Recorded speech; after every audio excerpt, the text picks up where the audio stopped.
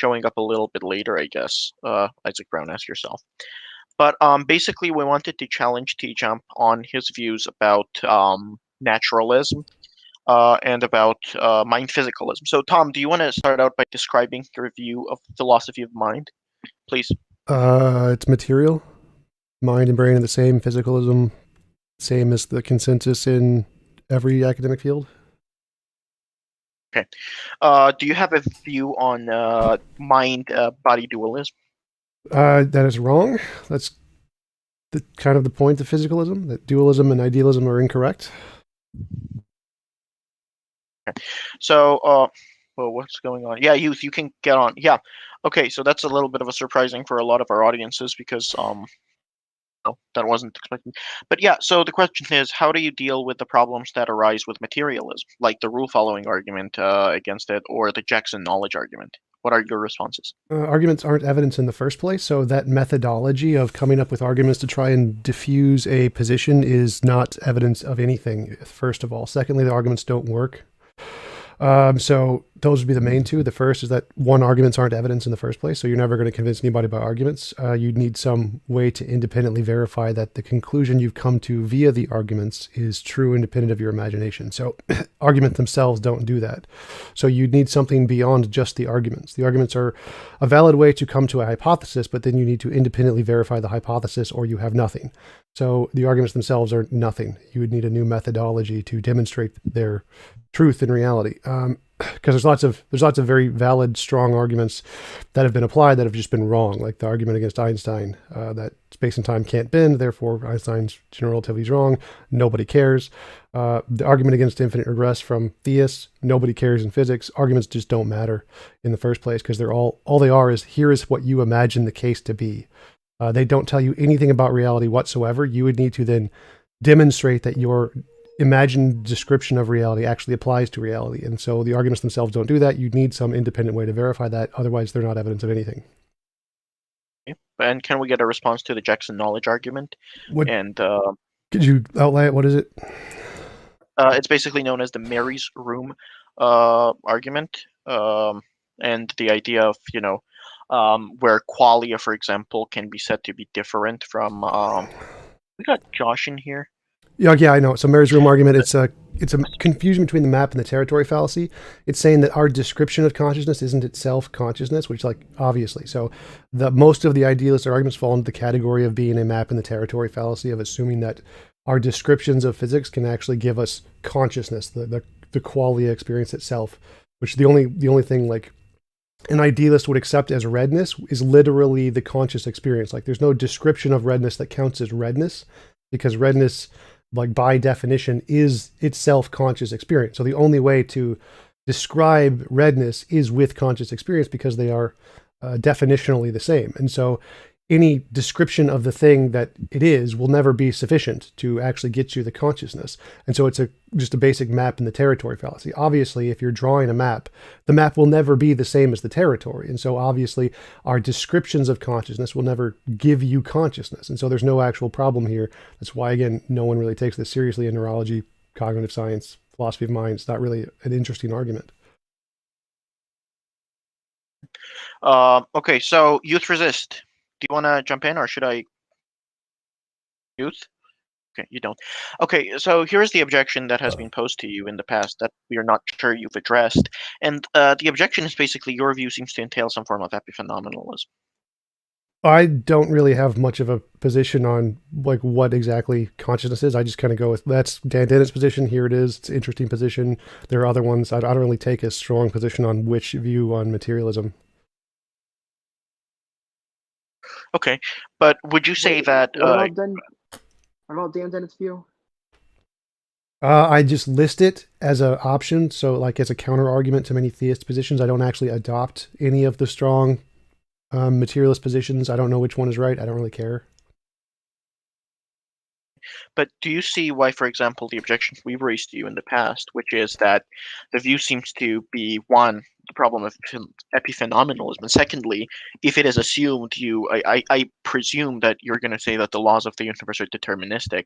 That's going to also entail some kind of lack of free will. which would entail some kind of a lack of agency, which is again a problem for the non-physicalist. So what's your response to those Well, objections? no. So again, if you define agency as some kind of ability to do otherwise, then yeah, that's impossible. But physicalists just don't define it that way. We define agency as your deterministic brain acting without external influence. Oh, Detroyer's final here. All right, Detroyer, we're grilling TJump. You showed up just on time. So basically, TJump, yeah, Detroyer is. I know who Detroyer is. I've talked to him before. Yeah, you've debated him. So, so we simply don't think you've given us this response to the objections we've given you, and the objection is basically that agency is to be distinct from a mechanism, right? It seems like you don't believe that human beings and their function is in any way distinct from a mechanism. By the way, guys, this is an open conversation. Anyone can jump in. There's two problems there. One is that it can't be distinct from a mechanism. Either the only option is that it is itself a mechanism. So there's three possibilities. How are you an agent? Either one agency is determined, one agency is random, or some combination, or some third ontology, which is its own mechanism. So agency cannot, like logically, it cannot be independent of a mechanism. There has to be something there. Either it's a physical thing, a supernatural soul thing, or some combination of those in randomness. So it's always going to be determined by a mechanism. You can't get away from that. It can't just be an independent thing that exists in the universe that isn't itself a mechanism. Okay. But do you understand that an agent is one who's influenced by beliefs and desires? And on your view, beliefs and desires seem to be a corollary of some sort of physical process that happens in the brain. Right. So your definition of agent has no bearing on reality. That's just your opinion, which has no one cares about. So the definition of agent in science has nothing to do with that. So it's irrelevant.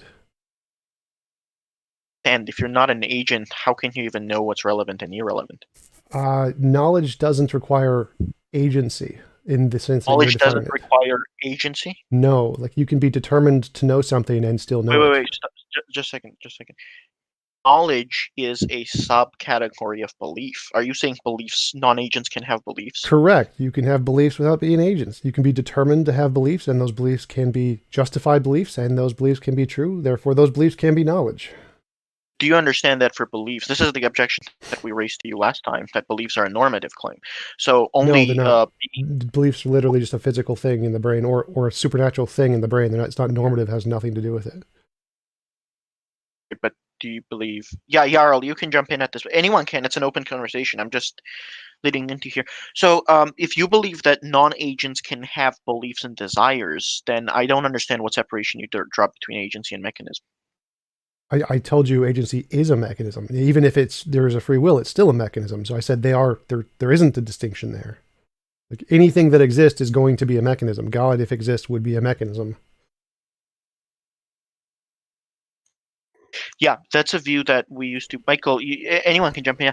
That's a view that we actually originally raised an objection to because, as it seems like the question basically is, would you define beliefs? Yeah, James, you can be unmuted. Yeah, you can just jump in. Anyone can, as long as they're not Charles. So, would you believe? Yeah, anyone can, Benz. So basically, this is the objection that we raised to you last time. Which is that would you agree that beliefs are commitments of some sort, and commitments require some sort of self-corrective behavior? No, none of that that's all gibberish. So beliefs are literally a position. So you hold a position. You have a conviction towards something. That's it. That's a belief. There's no normative aspect to it. There's no how you got this belief is irrelevant. It's literally just you have a conviction, and that's your belief. It's nothing more. The origin of the belief is irrelevant. It doesn't matter if it came about by a determined process as randomness. If it was an evil demon put it in your brain, it's still a belief. It doesn't matter if you could change it or not. It's still a belief. You could be like only like a 10 neuron brain or something. You have one belief and you literally don't have the cognitive ability to change or analyze the belief at all. You still have the belief. Beliefs do not require any of that junk that you just added in. Okay, so then that brings us to the original objection, right? An agent is someone whose actions are influenced by beliefs and desires. But on the mechanistic view, beliefs and desires are just an emergent property of some mechanistic functions, which again renders yeah. So that definition of agent is wrong. Like no, how do you define that's a colloquial definition. So agency, it's just a neurological process acting without external forces. So agency is essentially your brain acting in the way that it is essentially evolved to act. So would you describe a calculator as an agent? With consciousness. So it has to have consciousness. And then if it had consciousness, yes, I would define it as an agent. So consciousness is the only thing that defines an agent? Yeah, as far as I'm aware. Okay, what's your definition of consciousness? Let's lay it out. Qualia direct experience. Okay.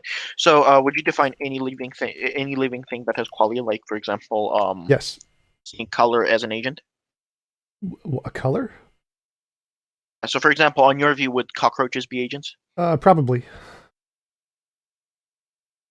So cockroaches are agents even though they have absolutely no freedom to even understand what they're choosing. Yeah, agency is, again, I just define it as consciousness.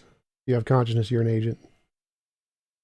Who are any prominent philosophers who define it that way other than you? No idea. This is how I define it. You asked me how I define it. Okay, but don't you think that it would be important to kind of have that view supported at all? No, depends on the context of the conversation. So if you're asking like a moral question, what is a moral agent? Moral agency would be defined differently, not just simply as consciousness, because it requires consciousness and some cognitive ability to assess the status of an action. And so they wouldn't define a cockroach as a moral agent, but if you're defining it simply in the philosophy of mind sense of it has a mind and is able to make decisions, then it is an agent in that sense, and pretty much everyone would agree with that. So I think you're conflating agent in the sense that it has a brain and can make decisions versus agent that's a moral agent. If you're conflating those two definitions of agent, then that would cause a problem. But everyone's going to agree with my definition of agent as it has a brain and can make decisions. Yeah, but traditionally, agency has been understood as distinct from a mechanism, right? Yeah. No, that's so only if you talk about agency in the context of moral agency, which moral agency is irrelevant to the origin of the agency. The constitution of the agency is irrelevant to the definition in moral agency. It doesn't matter how it was made. So if you're equivocating that use of agency, which obviously requires more than just having a brain, with the thing that it requires a brain kind of agency, then yes, those are different definitions of agency. In moral philosophy, the term agency refers to a brain that can make choices that are morally relevant. But that is, again, irrelevant to what it's made of. There's no definition of what it's made of in that context. It just has the ability to do things, and how it does those things, whether it's determined by physical neurons, and that's how the beliefs are the neurons firing, essentially, and those neurons firing can affect the other neurons firing to make it cause to decisions. That is still a agent in the sense that it is affected by beliefs, but those beliefs are literally just brain states. So the brain states, which we call a belief, we label that brain state a belief, can affect the other brain states to cause it to do actions. And so that agent can be affected by the beliefs, because in the definition of agency in the philosophy of mind, it doesn't tell you anything about ontology. It's just telling you that there are these features, and anything that can accomplish those features build an agent. So if the ability to be affected by beliefs is purely materialistic and determined by physical forces, that's still the ability to be affected by beliefs. It's just the beliefs are this set of neurons, and the effect is over here on this set of neurons. So that would still qualify as an agent in the materialism by the definition of agent in moral philosophy. So the question has always been that desires, for example, require some sort of normativity, right? And you No, challenge like that. what? Yeah. So what's the argument? What's your argument against it? A desire, again, you could have a evil demon who places a desire in you, or you give an electrode shock that places a desire in you. Like, there's no normativity there. It's just a reactive state of your brain. Like, I suppose that. Yeah, B3, you can go ahead. Anyone can, if they're not Charles. if they're not Charles, who's Charles? Which one's Charles? He said trolls. Oh, trolls. Gotcha. Trolls. Yeah, Detroyer, do you want to clarify something before Jack gets here, or Isaac? Those two are actually coming in. Are you recording this already, or? Yeah, I am. Yeah, Detroyer, do you have an objection with what Tom thinks? Yes, I am recording it, if you asked. Some of what he said I agree with. I mean, I'm an identity theorist about mind anyway, so there's going to be some overlap there. Okay, don't you have an objection to him saying that it's not a normative claim for desires and beliefs are not normative? Well, some intentional states are going to be normative in the sense that, well, you have a certain commitment to yourself, right? some desires might be like that. Certainly some other intentional states like promises, commitments of various sorts are going to involve at least internal lots. So that's going to be normative in some sense. Sure, yeah, you define those as subjectively normative. You have a desire to fulfill this thing, but beliefs themselves don't require, like all beliefs obviously don't require normativity. Like a belief could just be a brain state caused by an electrode. The electrode obviously has no normativity to it. Right. So Yeah. another objection we raised that you kind of in the beginning you kind of glossed over was the Jackson knowledge argument, which you're saying that it confuses map for a place. What does that mean? So if you say, like, when you want to describe consciousness, like redness, the experience of redness, redness literally is a conscious experience. There's no other way to describe it. You can't like write down redness in any way that produces a conscious like experience. It doesn't work that way, because then it would literally be its own conscious experience. So there's no way to describe consciousness itself that actually produces the consciousness itself. You're just like, any words or description of consciousness are never going to be the consciousness itself, just like any drawing of a location will never be the location itself. So if you define a location like that mountain or whatever, well, that mountain, the only way to describe that mountain is to have that mountain. Well, obviously nothing I paint about it or draw about it or tell you about the physical constants will ever give you the mountain. It's just a descriptive term to represent the mountain. So if your definition of the mountain entails some property that only exists in the mountain itself, well, then obviously no description I could ever present will give you what you qualify as mountain. You'll say, oh, that description isn't even close. It doesn't even have this property that is intrinsically only in the mountain. Well, obviously. So if you require... I have a question. Sure, go for it. I'll come Oh, well, if you're not done, Well, yeah, that's essentially it. Like, if you define consciousness as literally the conscious experience itself, then no description can give you that. But I don't. Like, consciousness is a result of some physical force, and we can give descriptions of those just fine. Detroyer, you have a follow-up on that, or are you bringing a new topic in? To follow up on that. Go ahead then. So I think where's the link?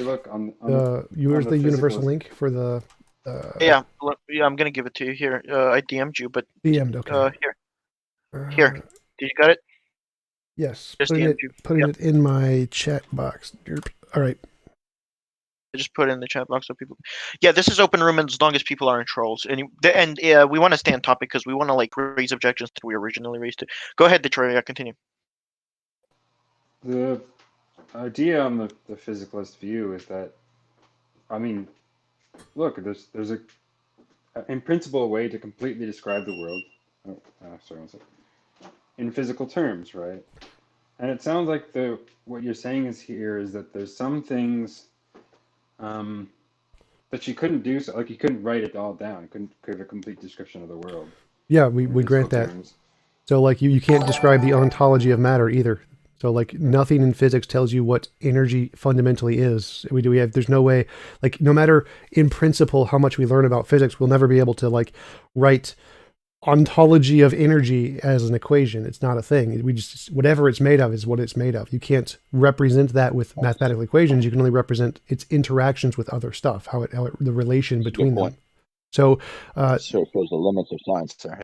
Well, no, it's descriptive. So like whether or not our language can describe everything in reality doesn't mean that everything in reality is in our language. So you're confusing the language with the reality. Like reality can be purely physical, just all physical stuff, even if our physics, that is just our language, can or cannot describe parts of it. Forget our physics, right? It sounds like you're trying to make it an epistemic problem, which it's not supposed to be.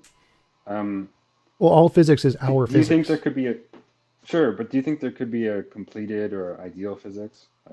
No, because physics, again, is just a language to describe the stuff that's there. And so if you're just making a language to describe the stuff that's there, if one of the requirements that it entails is like the substance of the stuff itself must be described in this language, well, then you're going to get the map and the territory fallacy. You obviously can't do that. You can never, using any description in physics, you will never be able to describe the fundamental nature of what energy actually is. Like you can't do it. All you can do is describe the interactions between it. Even given a universal omni physics, you're going to have the same problem because it's just a map. It can never be the territory. So there are obviously always going to be things in any language that you can never describe in principle, because the language itself is always only going to be a representation of the thing. And so if there's any property intrinsic in the thing, like consciousness, the language will never be able to describe that. So this is true of all languages. There's no problem there. Trying to understand the point is, so the idea is that look, in the physical ontology, there's just certain things that I guess are fundamental that can't be given any further description.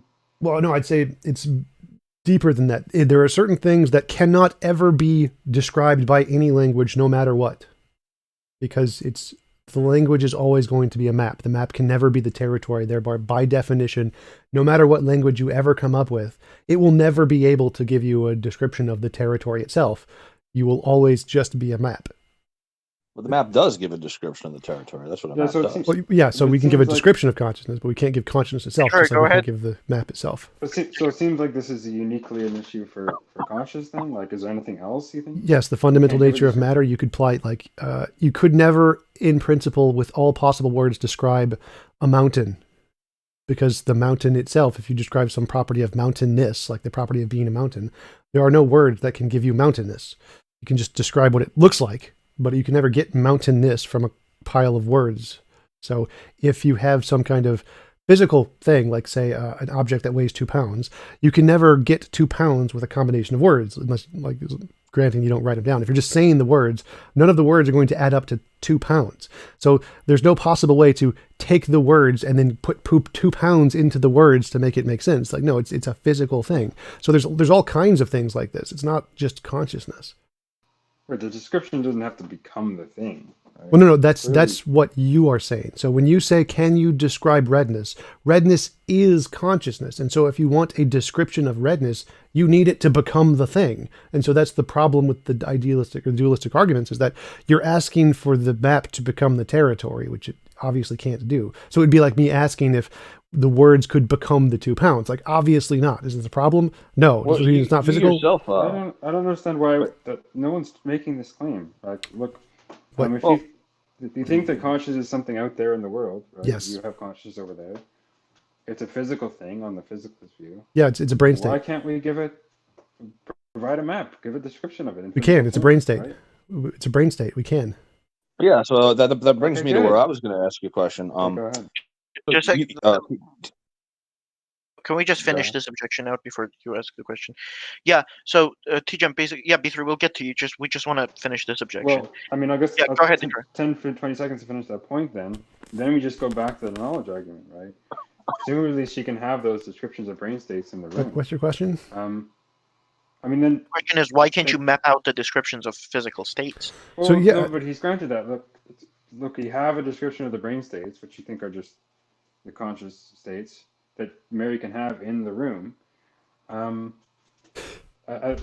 she doesn't. Does she or does she not learn something new when she has the experience itself? What? I sneezed. I'm sorry, I sneezed. Well, the idea of the knowledge argument is that, look, she can have the knowledge of all the brain states, and everything else in physical terms when she's in the room. But it's thought, the intuition is supposed to be at least, that she learns something new about the world when she. Yep. So the same thing applies to the 2 pounds. So if I can give you a perfect description of 2 pounds, but if I like drop a 2 pounds in your hand, your tactile experience will not be entailed in that description. Your actual feeling itself, you will learn something new by touching the rock, because you have new experience that wasn't entailed in the words themselves. It was the experience of the rock itself. It's true of everything. So it's always going to be a confusion between the map and the territory. Like, obviously the map can never be the territory. So you will always learn something new if you literally experience the thing. The thingness of itself is always going to be different than the description of the thing. Yeah, it's not requiring the description to become the thing. Like, No, that's exactly what it is. That's the entire point of when you ask for, give me a description of redness. What is redness? Well, it's a conscious experience. The only way to give you a description of redness is with consciousness. You need consciousness because they are the same thing. You are asking for the description to be the thing literally. That is the problem. No, because on the view, the conscious just is some physical state. So why can't you just describe the physical state? Right? You can. It's the same It's a thing. brain state. This combination of neurological patterns, that's consciousness. So you want to at the same time say you can give a full description. Well, no, it's not a full terms description. It's just of a the description. So I can give you a consciousness. description of a mountain, but it can never be a full description of the mountain because there's some mountainness there that the words can never be. So the physical description can never be absolute. That's the problem that you guys seem to be confusing. Like you think physicalism, the description of physics can literally describe anything. Well, no, like it can't. There's because of Gödel's incompleteness theorem number 2. Like, no, it can never do that. I'm not sure where Gödel's coming in, but yeah, I don't see what's left out here. Right? Oh, I could. I just gave you like In principle, 4 we could have a examples. complete physical description of the world. So Perhaps we could okay, have tell me what the complete physical theory description of the relativity. ontology of matter is. Like, what? Give me a physical description Yeah, of but what makes energy. on your view, but Detroyer's objection is on your view, the physicalist view. There must be some ability to do that, right? No. Again, this is your straw man not? fallacy. Like, we do not need a way to describe everything. That doesn't mean The it's question not isn't physical. whether we need it or not. On your view, No, it must be at least.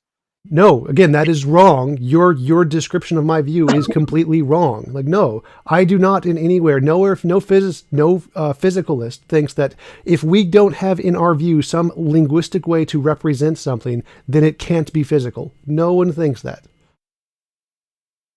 This is getting convoluted here because we're talking past each other. Yeah, I mean, I'll just the main thrust of the knowledge argument here, and I guess where I'll leave it for me, someone else could jump in, is that you want to say at the same time that we can describe, whether it's a complete description or not, we can describe the mental state, the conscious state, in physical terms. Mary can have all that knowledge in the room. Yet, the consciousness somehow, the experiences that she has upon leaving the room give her some entirely new knowledge about the world. Yeah, and I've literally answered this. So yes, the description, the knowledge, descriptive thing can never be the thing in and of itself. So yes, you can never get the thing in and of itself with any combination of knowledge. That's so obviously, yes, there's going to be something different there. Yeah, but no one who advances the knowledge argument claims that, right? So I don't get the response at all. Well, then you probably need to think about it more. It's not too hard to understand. I mean, I don't accept it. I mean, I'm a physicalist. I don't accept the knowledge argument anyway, but this isn't the response I give. I don't care just what the don't response you'd understand. give. My response is better. Well, mine is the standard response in the literature that's widely agreed to be successful. Okay, cool. All right, so TJump, let's just try to rephrase that. So basically, the question Yeah, ultimately ready? comes down. Whatever happened to me? Oh, sorry, go ahead, B3. As long as it's on the Oh. topic. Yeah, go ahead. It's pretty much on the topic. If it's not enough on the topic, you could jump in. What's the and I'll come question? back Ask the later. question. All right, there. So you say redness is a brain state, right? Well, redness is conscious experience, which is caused by a brain state. Yes. All right. Now you're saying cause. Is it identical to it, or is it caused? Well, it's again, the thing in and of itself is different from the description of the thing. So if you're saying, like, obviously our conscious experience is a brain state, it is a process of certain brain states. Yes. So it's an effect of the brain state. It is not identical to it. Right, because there's lots of brain states that aren't beliefs in conscious experience. That wouldn't follow. That wouldn't matter. I mean, there could be some that are. Yeah, there's some that are correct. Right. So are there any mental states that are not brain states? Yes. For example, Like subconscious experience. that's not a brain state. That is definitely a brain state. What? That was the question. I said, give me an example of some mental states that aren't brain states, and you replied with subconscious experience. So brain states and mental states, brain and the mind are the exact same thing. So if you're asking, are there any conscious experiences that are not brain states? No. If you're asking, are there brain states that are not conscious experiences? Yes. Well, I was asking the first one, not the second. Okay. Yeah, I didn't understand your question then. Yeah. So redness then is a brain state. Yep. Okay. And the language description of redness is also a brain state, but a different one. Yep. Okay. Now that's all I wanted to clear up there. But the real question I wanted to get at was, what scientific evidence is there that there are such things as brain states that are the same across people, or even in the same person across time? Like, what actual scientific evidence is there for these things called brain states? Inductive indexical. So we could say that, I think this object is red and this object is green. I also think that object is red and that object is green. And oh, look, there's this person with this visual, I forget what it's called, synesthesia, and they can't see these objects, but they can see these objects, so they must share the same property. So, and there's these other synesthetics that can't see those objects, but can't see these objects. And oh, it's these specific, forget what they're called, the photo thingies in the eyes are the ones that are damaged in this person because who has this synesthesia, and they're these in these persons, and we have those in our brains, and that's why we see this as red, and we have those as this, that's why I see this as green. Hey, that's good evidence that we're having the same kind of experience. So if I can understand that properly, Tom, you mean there's B3, go ahead. just to understand what you see your reply properly, saying that there's a certain disorder or a certain condition of the brain that two people can share, and it'll cause some sort of effect in their visual perception. Or, yeah, there's many different visual conditions that cause different effects that all seem to have a relation to them. So, for example, there's some. What right do we have? So synesthesia is like if you show people a bunch of colored dots, they can't tell you, like if you have a number 5 and a bunch of red dots and a bunch of green dots behind it, they can't see the number 5 because they can't, their brain can't differentiate between the colors. And so so we can see that there are these certain conditions that make certain colors visible and certain colors not visible. And there's this pattern that the ones they don't see as visible are the exact same ones that we see as red. If we see red, it's these cones. If we shut off these cones, we stop being able to see red. They experience the same thing because they have this condition. I don't see, in the first place, I don't see how that connects to brain states. So you asked, can two people have a similar experience, right? Or something like that. No, I said, what scientific evidence is there for these things you're calling brain states that are the same across different persons, or even in one person from one moment to another? So you're asking like conscious experience, right? Can two people have the same experience of reality? No, I'm asking what's the scientific evidence that there. Forget the scientific evidence. Get rid of the scientific evidence. What are you asking? That's the question. I don't care. No. What is the content of the question? What is the conclusion you're looking for? Are you looking for similar conscious experiences or similar shapes of the brain states? So here's the question: Is this a philosophical view of yours? Is there some scientific evidence for these things? I don't know what the thing you're asking for is. A brain state? Do you mean by brain state? Do you mean is there a same physical structure of the brain? Like yes, are the physical structures in the brain? Is it reasonable to believe that we have similar conscious experience from those? Yes. I don't know what it is you're asking. Well, we know that brains are similarly structured. No one's doubting that brains are similarly structured. We're saying states of the brain. Yeah, what do you mean by brain states? I keep asking you, what do you mean by brain states? I'm assuming it's some state of the brain that you could describe physically. The shape of the brain? Not just the brain itself, but a state. I don't know what that means. I don't know what you mean. Well, I know you don't, because there is no scientific evidence for it, as far as I'm aware. I don't even know what you mean to even answer the question. So I can't like so what, blah blah. I don't know the scientific evidence. Blah blah blah. Right. Anyway, define brain state. Let's try to. Well, for me, brain state is just the chemical process in the brain. It's determined by the pattern. I think we're at an impasse. I think go on. Yeah, I'll just try to move the conversation a little bit. Yeah, so basically, TJump, the objections that we gave to your view, I think, were also the idea of that experience has to be normative and desires. Do you want to go into that a little bit? Because you touched on it a little bit, and you're saying basically that beliefs and desires don't have to be normative. Do you want to expound on that? Like as Detroyer mentioned, like no, they don't. Like you could have a belief by an electrode sticking in your brain. The electrode is not in any way normative. But again, if all of your beliefs are non-normative, don't you have a problem there, as in the negation of agency? No. So again, agency, as I mentioned before, does not require normativity at all. So even if no brain states had normativity, you'd still have an agent if it was conscious. But isn't the whole idea that agency requires some sort of no one thinks that. No one thinks that. That's so dumb. So your view is that an agent can just be a mechanism as long as it has some kind of consciousness? Yes. So what's your argument for that? Well, if there is simply like an ant or something that's paraplegic or whatever, and all it can do is just think of one thing, it's still an agent. It's still immoral to kill it. It still should be treated as a conscious agent and shouldn't be killed. There's all kinds of things. Like anything that is conscious, has an awareness of reality, is an agent. Detroyer, do you agree with that view? Beliefs and desires don't require any kind of normativity. Well, not. I mean, so it's gonna depend on how strong of a notion of normativity we have. Like as I was saying earlier, on a relatively But weak notion TJump's view is that agency isn't a prerequisite for having beliefs and desires.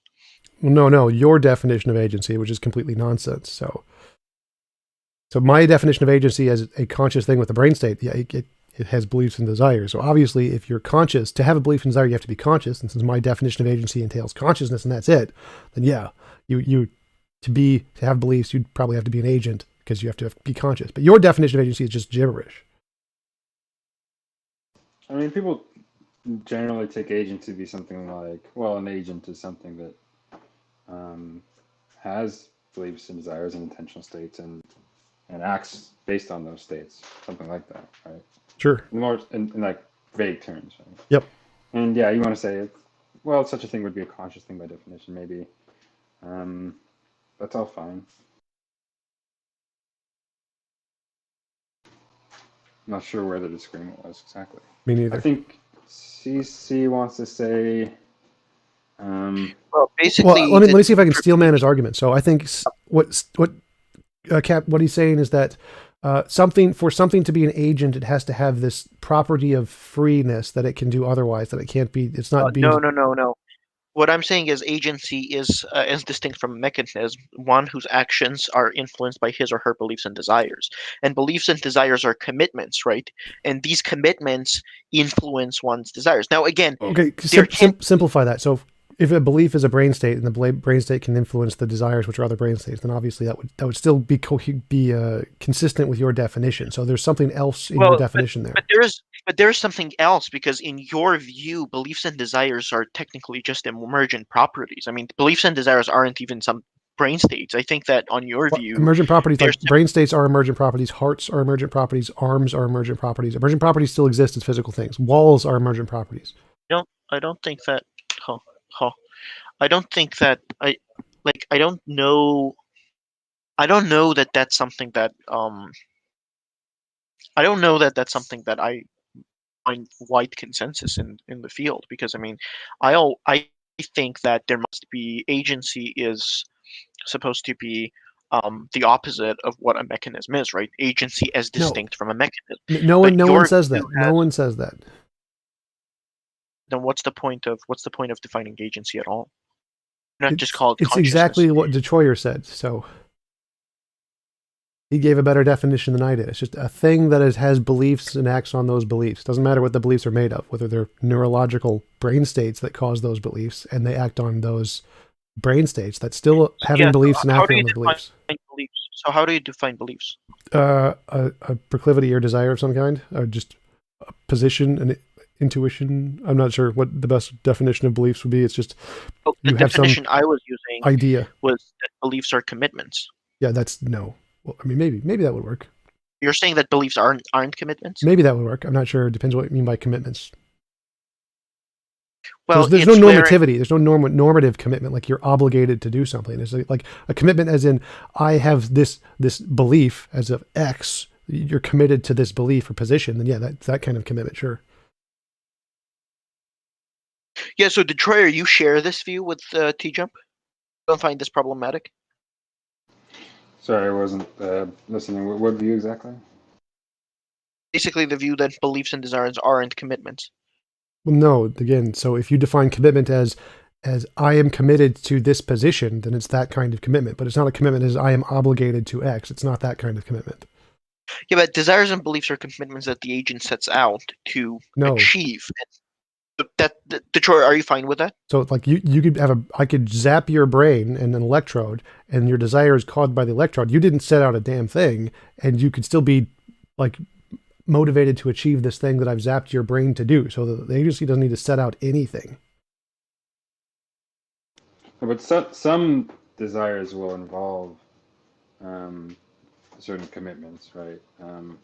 Whether it's a commitment to act in a certain way or form some other belief, maybe some epistemic commitment. Some desires will be like that, right? If you desire to, I don't know, quench your thirst, part of that desire is going to be a commitment to do so, right? To perform the action which you think would quench your thirst when you have the opportunity. That's at least entailed by having that desire. Maybe it's not. Well, yeah, that's what I mentioned before. So if like I'm committed to this position or this goal or whatever, then that kind of commitment, perfectly yes. But it's not. There's no oughtness. There's no normativity there. That's like, I have a belief, therefore I have this normative claim that grounds this belief in some way. Like, no, it's just you have this desire to do X or whatever. Yeah, but it's still sort of like an internal law, right? There's this standard that you've committed yourself to, right?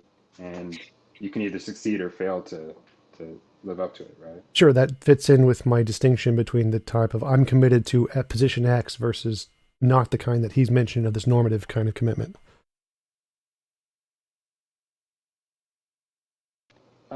Sure. I mean, if you don't want to call that normative commitment, then that's just a linguistic thing. But a commitment of a certain sort, which you can, sure. I mean, by your lights, you ought to live up to, and you could succeed or fail living up to.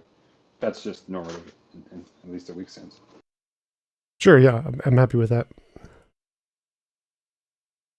Yeah, then I just still don't see how you get around the objection that the view of this sort of hard determinism you seem to espouse kind of negates agency. No, because you can have a brain state which gives you some desire to have water or whatever, and there's another brain state that causes you to pursue this desire. That's the normativity. It's those brain states. The relation between those brain states is what causes that normativity of you have a desire to do X, and your brain states give you a method to try to achieve to do X, and then because you have a desire, it then lights up the pathway to cause you to do the method to try and get the thing. Like. Yeah, I mean, I'm just, yeah, let's come back to this. So, second objection that we originally gave you was concerning your moral realism, your sort of moral realism. So do you want to give us an outline again? I remember that mostly it basically delves into imposition of will is what you define as immoral. Okay, so involuntary imposition. Yep. Involuntary. Yeah, go ahead. So I think there is this phenomenon in the world, moral intuition and moral progress. We have this experience that killing people is wrong, and we call whatever that is, that's morality. And we're trying to figure out what is that thing. And so the way I do it is I plot out the pattern and what I see our moral intuitions to be and moral progress over time. I say, well, can I make a principle that describes this pattern? Like, yes, I'm going to come with any involuntary imposition will is wrong. That is the principle I think describes this pattern best. And so then I'm going to say, well, I think this is an objective truth, so there could be some property in reality to which this refers to, and I think it's probably going to be an higher order emergent property like fitness or health, and so it's probably going to hold true across all species and all things of life everywhere in the universe. Under the condition that they have enough intelligence resources, they're all going to move towards this pattern. And I make a prediction that if this is the case, then there's going to be certain things in the future we're going to see that we wouldn't predict today. Like, for example, we're going to see rocks falling on people as immoral once we have sufficient resources that no one deliberately imposes on anyone else's will. Then we are going to begin to see rocks falling on people as immoral in the future.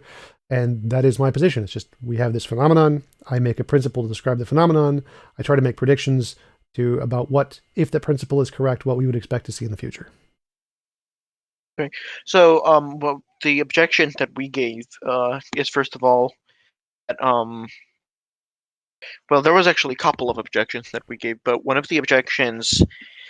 Well, the biggest one is like you keep saying I'm changing the definition of morality or something like that.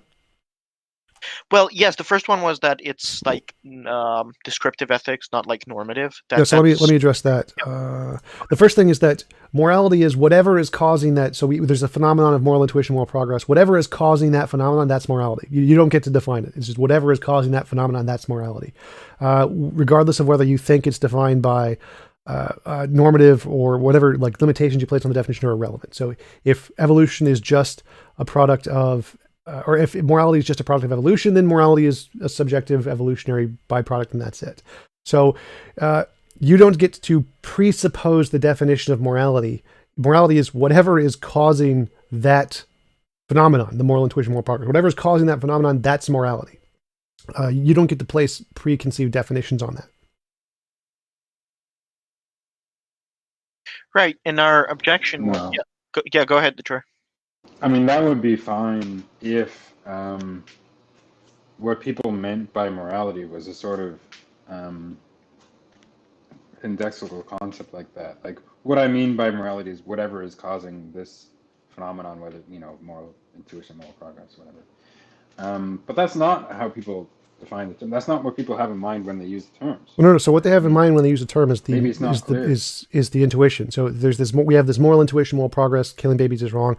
That's what morality is. That everyone uses morality to describe those things. Whatever these feelings are, whatever is causing those, that's morality. That's everyone uses morality to mean that.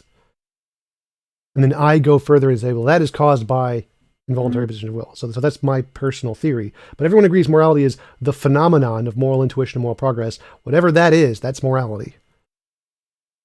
How do I turn on slow mode? Do you want me to turn on slow mode in general? No, it's in my YouTube chat. Oh, okay. Tom, Detroyer, do you want to address that or? Give me a second. I'm just eating something. That's fine. I'll be back in a couple minutes. Yeah. You eat, and when you're done. So, Tom, the other objection that we gave to that view is, so first of all, I don't think that you can rescue moral realism that way. Of course, that was one of those. But another objection to that sort of morality is basically, if you believe that acting on intuition is what determines moral, basically what gives us incentive to be moral, isn't intuitive morality a normative notion, which means that it would be person dependent. I have no idea what you just said. Okay, so let me try to rephrase that. Isn't intuition a person sensitive thing? Sure. So then how do you rescue objective morality that way? It's just a phenomenon. So if we see a cup fall over, whatever is causing that cup to fall over, we call that gravity. Gravity is the thing that causes stuff to fall, and we see stuff falling. Now, it's possible we're all just under a delusion, and we all have different conceptions of what it is, and it's possible it's some external thing in reality. Just saying that we have this subjective experience of it, obviously the subjective experience is subjective. But that doesn't mean the thing is subjective. Like we could see an ocean in the distance. It's possible it's just a mirage, just a subjective product of our brains. It's possible it's really there. But just saying we see it doesn't prove that it's a mirage. So I think you seem to be confusing the fact that our experience of the phenomenon is obviously subjective.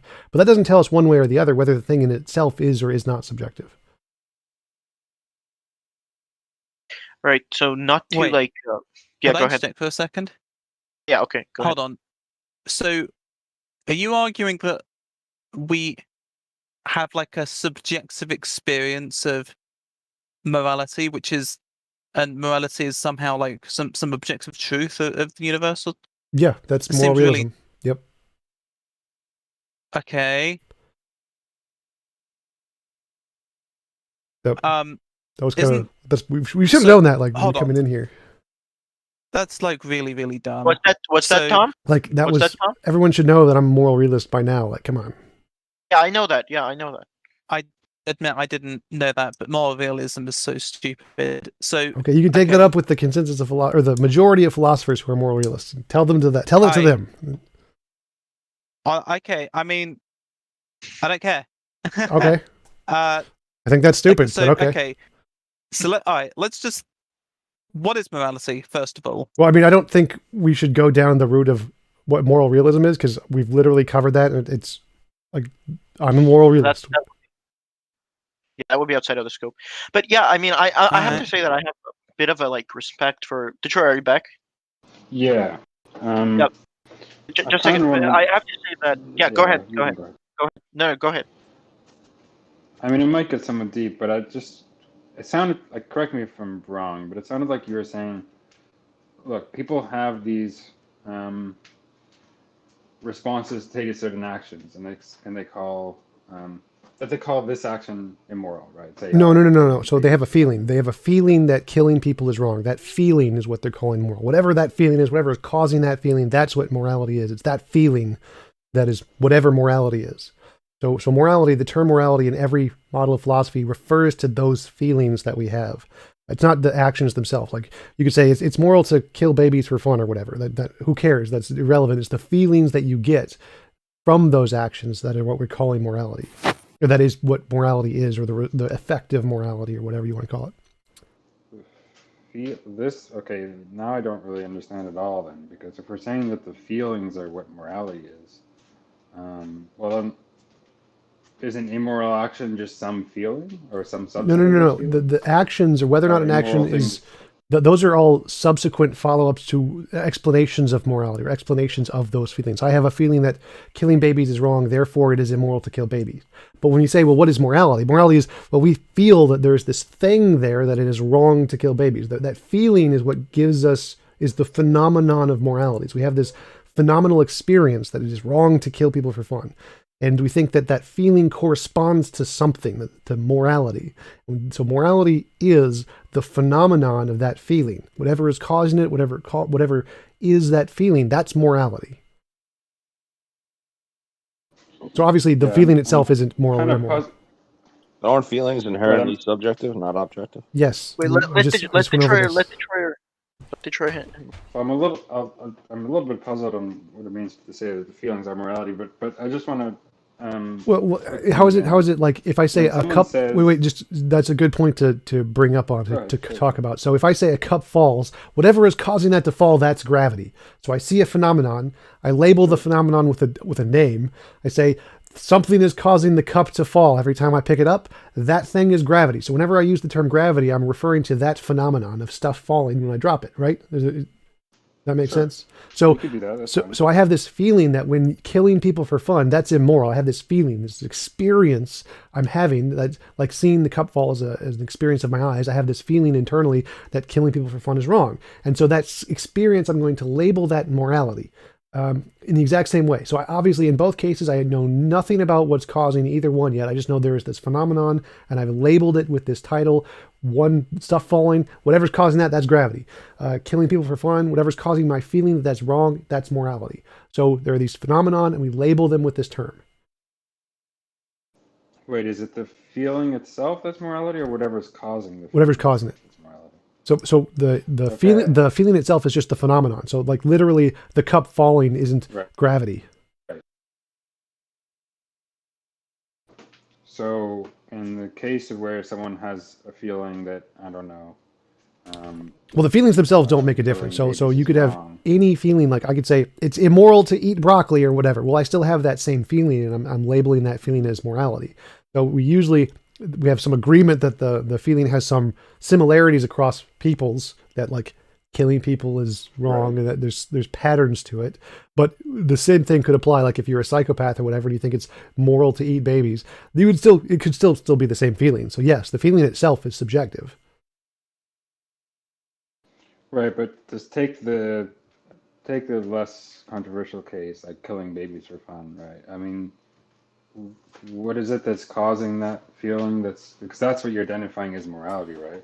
No, so I haven't identified anything as morality yet. So just in the definition, morality just refers to the phenomenon. We have a phenomenon that killing babies for fun is wrong. Some people may have a different experiential phenomenon that killing babies for fun is good. But that we label these feelings as morality. Whatever is causing that is morality. We don't know what it is yet. We're just saying that whatever is causing this phenomenon, that's what we mean by morality. And then I go into what I think it is. Yeah. So does that part make sense to you? I mean, I think I understand you, right? Whatever is causing these feelings is what we call morality. Yep. And then you want to go from there to first. I'll go back onto whether I think that's a good account of a concept, but you want to say that what is causing that those feelings is what exactly? Well, so I say that in order to discover what is causing this phenomenon, we do the same thing we do with gravity. We try to find a pattern. What is the pattern in the phenomenon? So I take the general experience of moral intuition, moral progress. I try to create a principle that most succinctly or accurately describes that pattern. And I say, I think that the principle that describes the pattern in this phenomenon is any involuntary imposition of will is wrong. That's what I think it is. And then from that, I say, well, what could this be? I think maybe it's a higher order emergent property like fitness or health or whatever. That's my hypothesis. And I say, if my hypothesis is correct, here is something we would expect for the predictions.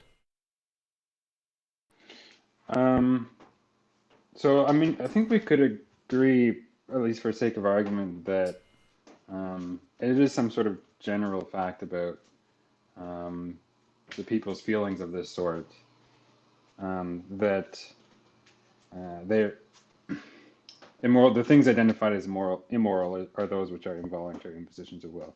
I mean, that could be contested, but I mean, we could grant that, right? But that would just be something true, in general at least, of these feelings. But that doesn't get us to the cause of those feelings.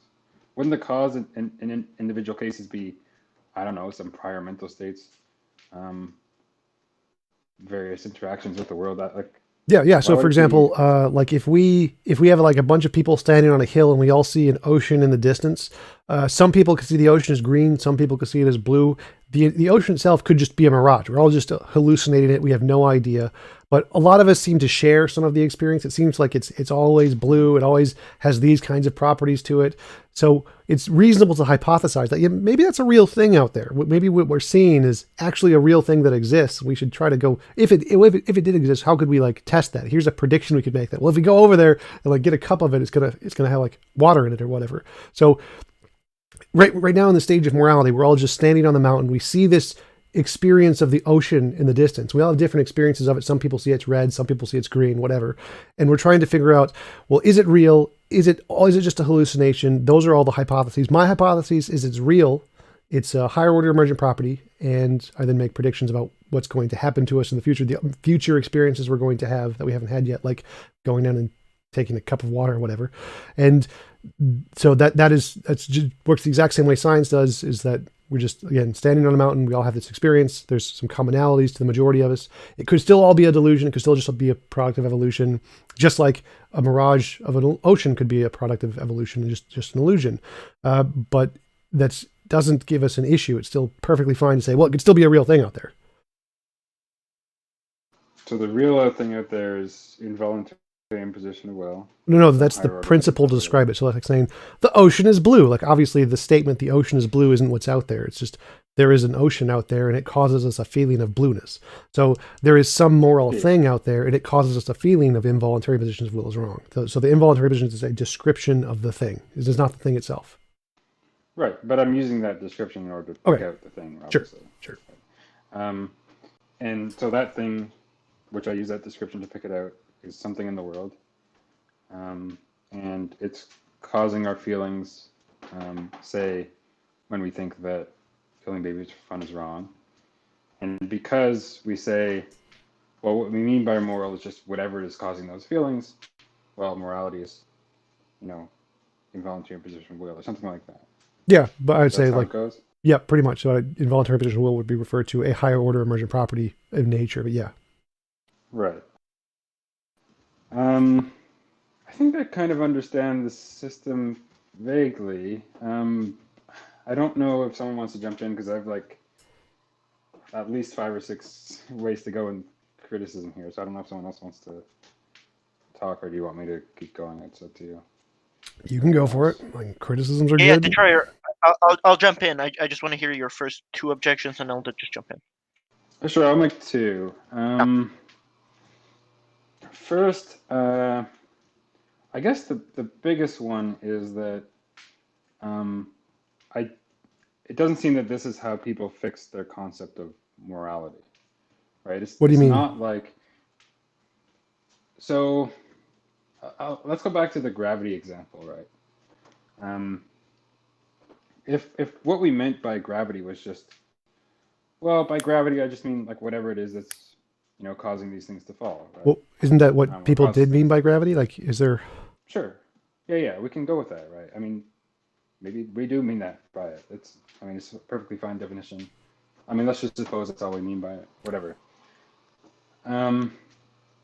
And then it would turn out that what gravity is, what that term picks out in the world, is just whatever it is that causes that. Assuming there is such a thing. So for the analogy to hold in the morality case, our concept of morality has to work in an analogous way. It has to be something like, well, by morality, I just mean whatever it is that causes this, right? But I take it that's not what people mean. I don't follow your argument. So essentially, as far as I know, everyone who uses the term morality refers to some feeling. They have a feeling that this thing is wrong, and then they give a definition of what they think that is, and then they refer to that definition as what they mean by morality. So I think that what causes this feeling is X, God, or whatever. So I think morality is the nature of a God. Like, okay. Or you can think, I think the nature of morality is a product of evolution. Like, okay. Like, so what people usually refer to as morality is what they think is causing those feelings, but they always refer to those feelings. Those feelings are what they mean by morality. Just like when someone says that stuff is falling, and I think whatever is causing that is gravity, like maybe they think it's a bunch of green pixies like pulling stuff or whatever, then they think gravity is a bunch of green pixies. So what people mean when they say morality is they take that experience of their feeling and then they apply what they think the answer is to it, or their preferred principle of what it is. And they say, well, this is morality, this principle that I've made up. The principle doesn't matter. Like that's irrelevant. That's just their subjective interpretation of it, which may or may not be right. What morality actually is whatever is causing those feelings, regardless of what they think the principle should be defined as. And I think the point you're making is that, well, most people define the principle in this way. And so I think that most people mean morality, they mean this principle that they've defined. Like, okay, but that's not an argument, because the morality itself is the feeling, not the principle. No, so people will have various attitudes, right? They'll have the attitude that X is immoral, Yep. permissible, whatever, in different moral terms. But I think it's just plainly false that people identify those attitudes or the cause of those attitudes with morality itself, right? By morality or moral, people have a concept in mind. It has to do with things like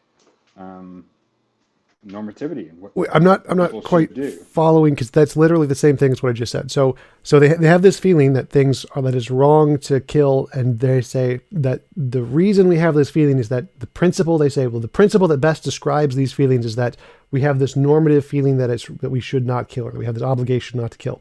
That's the principle they have come up with to describe those feelings. So they're still referring to the feelings. I'm not sure what you're saying here, because they are still referring to the feelings. No, they have. It's not a. They have feelings, sure, but it's not like morality is about those feelings, right? They think that some of their feelings are expressed through moral statements, perhaps. Right. So like if I see a cup fall, like my experience of the cup falling, if I'm describing the cup falling, I'm not describing my experience. Like clearly my sense experience isn't what I'm talking about. I think there is a cup there and it's really falling. So yes, I think that there is a thing there that I'm describing. The same applies to morality. So I think I have this feeling that morality, that is wrong to kill babies. And I think that refers to this principle of, well, it's a normative thing. There's this normative obligation there, and that's what this feeling refers to, or that's the best way to describe this feeling. But it's still the feeling. Like, I don't know what you're objecting to. Like, everyone who uses the term morality refers to their feelings of morality, or someone's feelings of morality. The point is that for this to work, what people mean by morality has to include at least some reference to the cause of those sorts of feelings. That's just not the case. It's literally the case for everyone who's ever used the term. I'm not following what you're saying here. So anyone who ever describes anything related to morality, they are always referring to, some people have this experience that killing people for fun is wrong. And that thing, whatever is causing that experience, or however best to describe that experience, that's morality. Everyone who uses the term means it that way. There's not, unless they're coming up with some new thing with morality, but I don't know what you mean when you say no one uses it. That's literally how everyone uses it. There's a phenomenon, and we're describing the phenomenon. But then I've never seen anyone use it that no way. external look, reference. You can give an explanation for what leads to various moral judgments. Yeah. But that's not what leads to those judgments is not what people have in mind by morality. Like, you could get struck by lightning, and that could cause you to have a certain moral judgment. Yeah. It's not like that's what people mean. Or if you said, "Oh, that's what you're picking out by your moral terms," they'd raise a quizzical eyebrow at you. Like it's just like that's not what they mean at all. Again, I have no idea what you're even saying right now. So everyone who uses the term morality, it refers to a feeling. We have this feeling, and that's the moral thing. Like whatever it refers to is the moral thing. Like I don't follow anything you're saying. So if someone gets struck by lightning and they have a feeling that killing babies is fun or moral or whatever, that's still morality. They're just wrong about it. They have a misconceived notion of that concept. It has been diluted in their brain some way, but they're still referring to the same feeling they're having as before when they thought previously before the struck of lightning that it was wrong to kill babies. It's the same feeling. The same moral feeling is there. I still not following at all what you're saying here.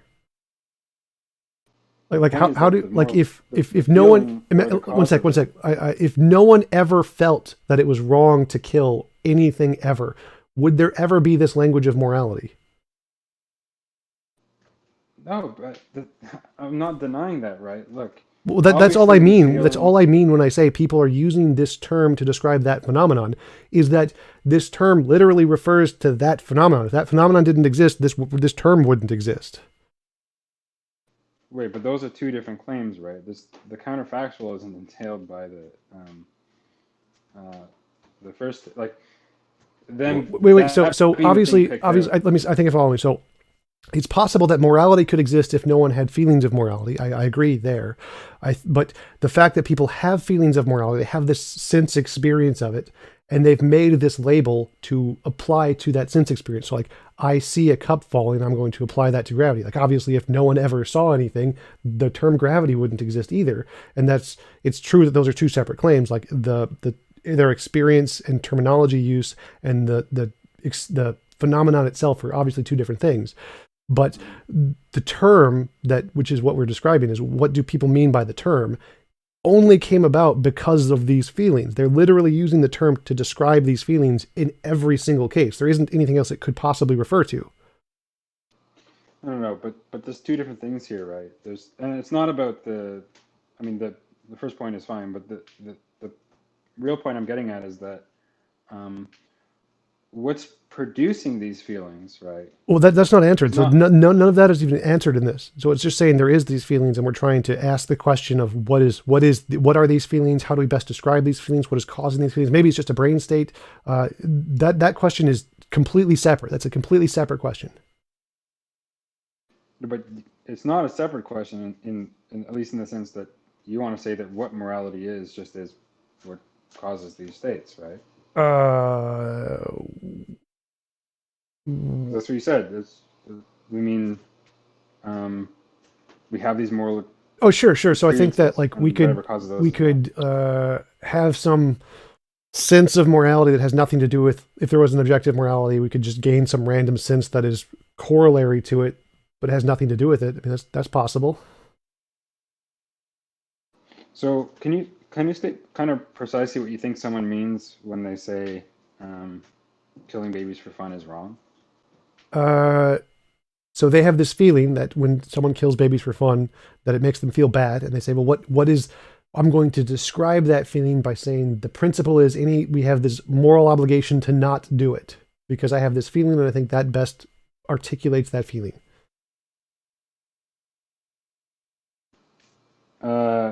So is it cognitivist? Like, is it just like, or is it just like when they say killing babies for fun is wrong, they're really just expressing that they have they're just expressing their taste. They're just kind of no. They have a taste, and then they have a theory to explain that taste, and they're referring to that theory.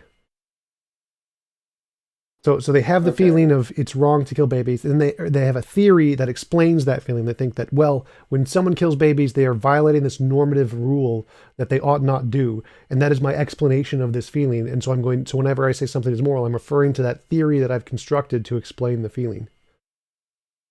Okay, there's actually some progress. So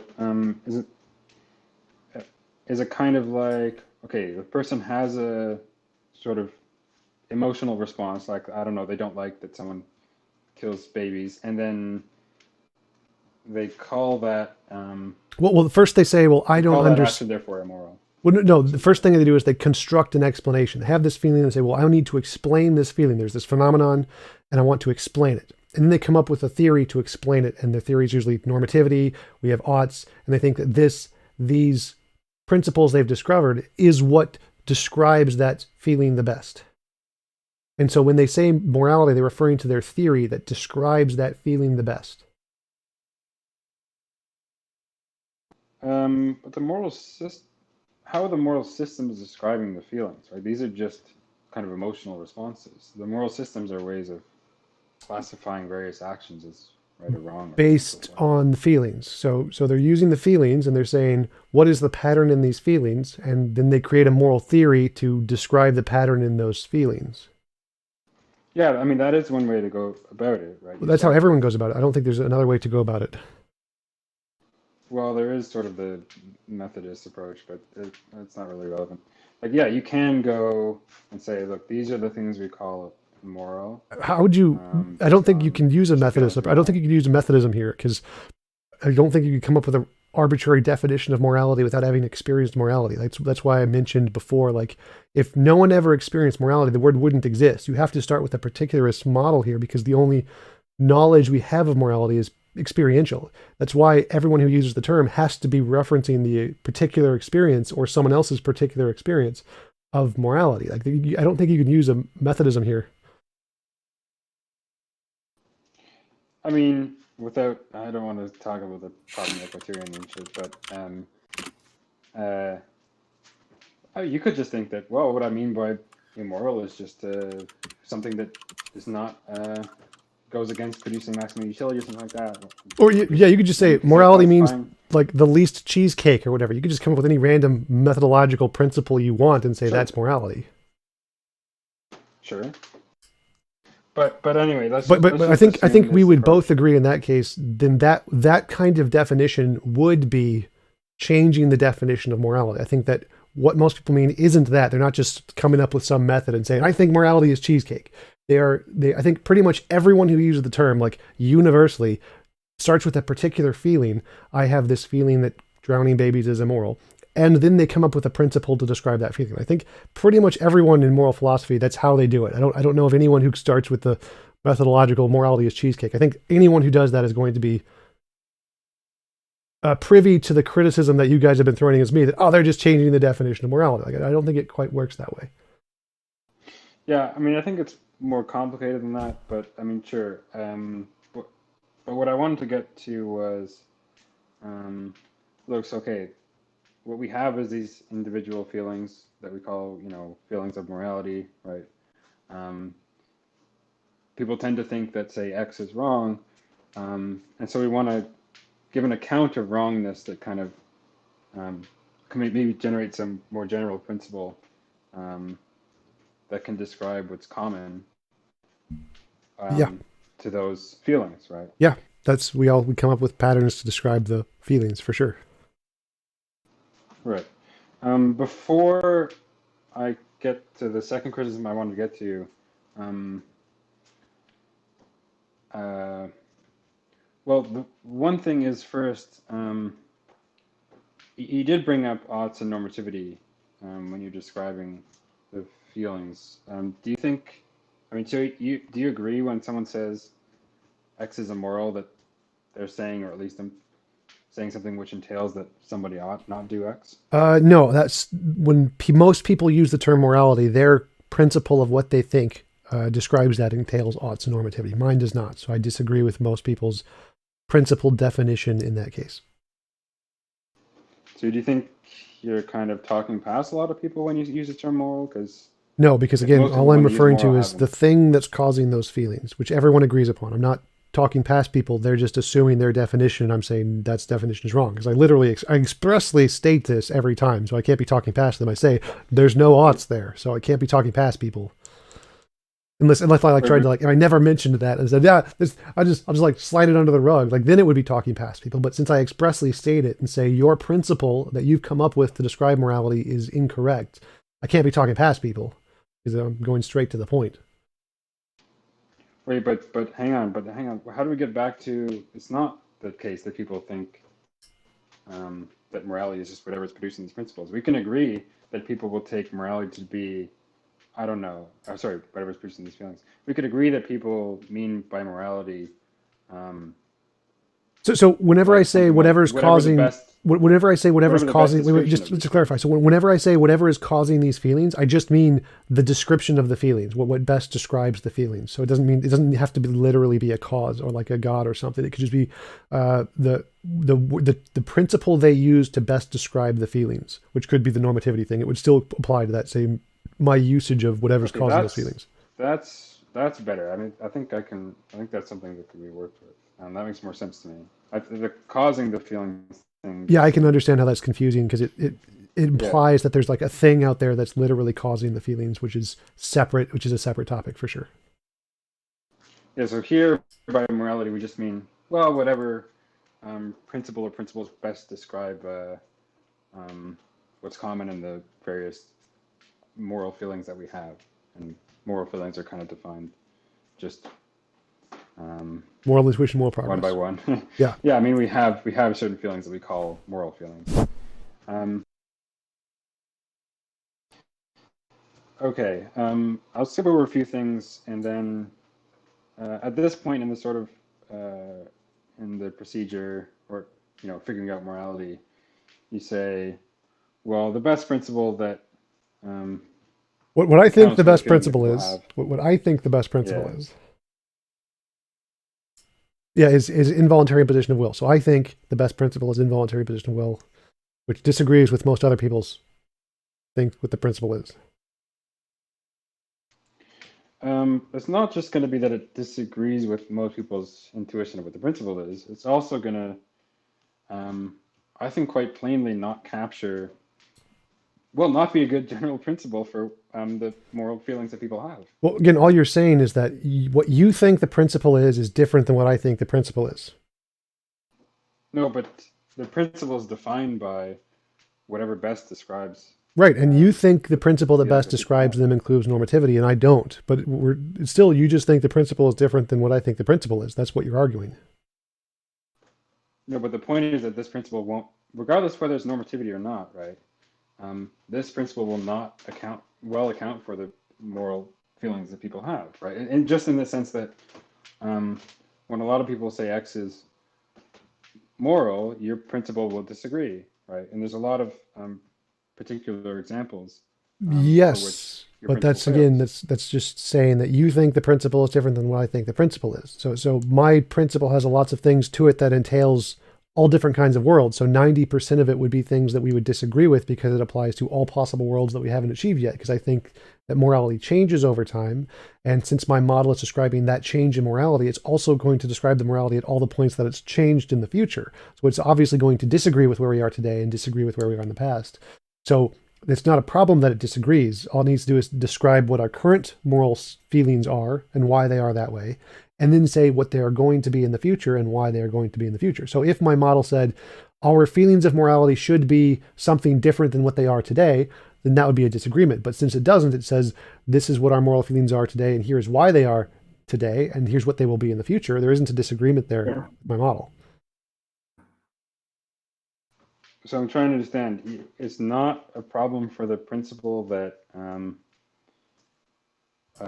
your principle says that X is immoral, but almost universally people have the moral feeling that X is moral. That's not an No, issue so it's for like if I principle. said the moon is there, whatever, like around the Earth, and someone creates a model of physics says, well, in 10,000 years the moon is going to be in the sun or whatever, but you say, but no, but the moon's right there. I mean, everyone sees the moon right there. It's clearly not in the sun. Well, I mean, obviously, this isn't a prediction about now. It's a prediction about the future. So my model is saying, in the future, we can understand morality to be like this. And since we were talking about objective morality, we need a principle that describes the moral things today and the moral things in the future.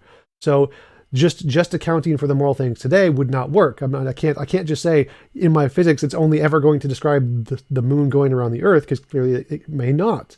So if there is an objective morality, it has to account for not only the moral intuitions we have today, but the moral intuitions we have in the future and in the past. So criticizing the model by saying, well, we don't agree with the moral intuitions that we will have in the future, we're like, obviously, I mean, that's not a criticism because it specifically says that's why they're going to be in the future. So saying that because my predictions about what morality will be in the future do not agree with our current moral things is like saying, well, the moon is clearly right up there in the sky. It can't ever be in the sun. Like, no, that isn't really a criticism. But the principle says nothing about then, like it doesn't describe our current moral Yes, it foods now does. at all. Then. Yes, it It's does. just saying this is what we would call moral or immoral. No. in the So distant future, should it that ever absolutely come. does. So my model specifically says that in a society, what we perceive as moral or immoral is contingent on the amount of resources we have. So if we gain more resources, our scope of morality increases. So the moral intuition of any given society is going to be determined by the amount of resources they have. And if they have more resources, then they're going to have a larger scope of moral inclusion.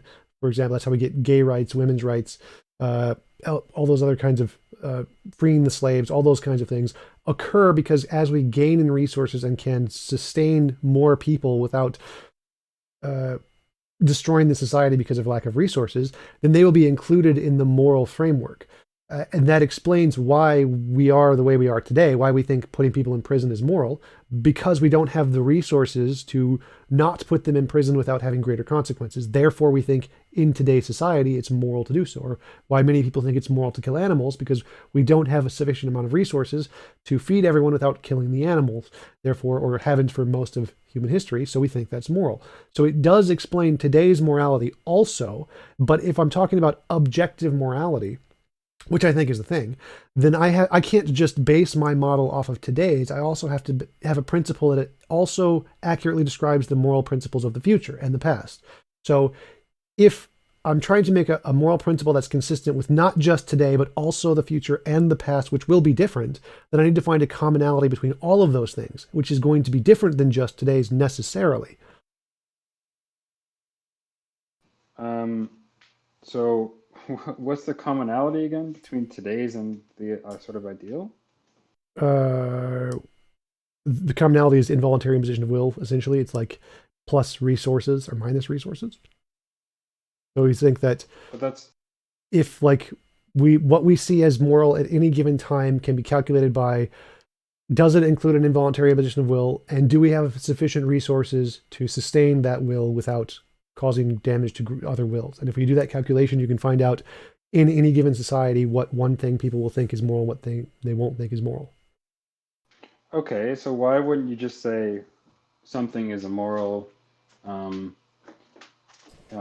based on the balance of imposition of will and the available resources? Well, Why that's just say it's subjectively moral. So, because when I think of moral, I think of objective morality. I want to know what the universal principle of morality is. I don't want to know what is subjectively moral at any given time. I want to know what the universal principle is. So when someone asks me what is morality, I mean the universal principle, not the subjective context of any given society, because that's obviously subjectively moral or No, relatively but you moral. could generate a universal principle, an objective principle based on this, right? You could just say, I don't know, you have some formula Right, yeah. So I could like say that amount of resources to amount of imposition. But then I can go, if I go to the best of all possible worlds, the equation is going to be what would impose on will given that we have infinite resources, and so there's a minus of 0. You just take out the 0 and you're left with any involuntary imposition of will is wrong. So using that same equation, you get the exact principle I've just stated. It's just the addition would be like adding a 0 at the end for that best of all possible worlds. So because I'm answering in the context of the best of all possible worlds, and it has a 0, I just omit the 0 and just say any involuntary imposition of will is wrong. Yeah, but then couldn't you just, I mean, that's fine when you're talking about that ideal world or world with unlimited resources, but you could just use your principles now to describe and apply it to other states of the world. Where Yes, absolutely. That's resources what I allow them. do. And it's still objective, but Yes. the point is not that the principle is just involuntary imposition of will. It's involuntary imposition of will versus resources. And you could say that, I don't know, pushing someone away from an oncoming train is moral because of that balance of imposition of will and resources. Well, Even that if could just be the same action in the ideal world would not be. that could just be a preference thing. Like, I don't think it is. I think when I intuitively feel that, I think that no, we should assess it from the perspective of the best of all possible worlds and not say that the morality is in fact changed by the resources. I don't think the effect of the resources should have any impact on the morality. I think the morality is the objective claim about the best of all possible worlds. I don't think it is a subjective claim about we should pragmatically do. I think those are two separate things intuitively. And so I think that definition that you give of saying something is moral if it has the least involuntary piece of will relative to the resource, I think that's wrong. I think that's subjective morality. I don't think that's objective morality. I think that's relative and subjective. So I think that would be incorrect to call that morality under my definition or under my understanding of morality. I think it's no less subjective than the first one. But So again, this is purely my intuition is that when I'm talking about what objective morality is, it's kind of like a God where it's this unchanging absolute thing. And I want to know what the unchanging absolute thing is.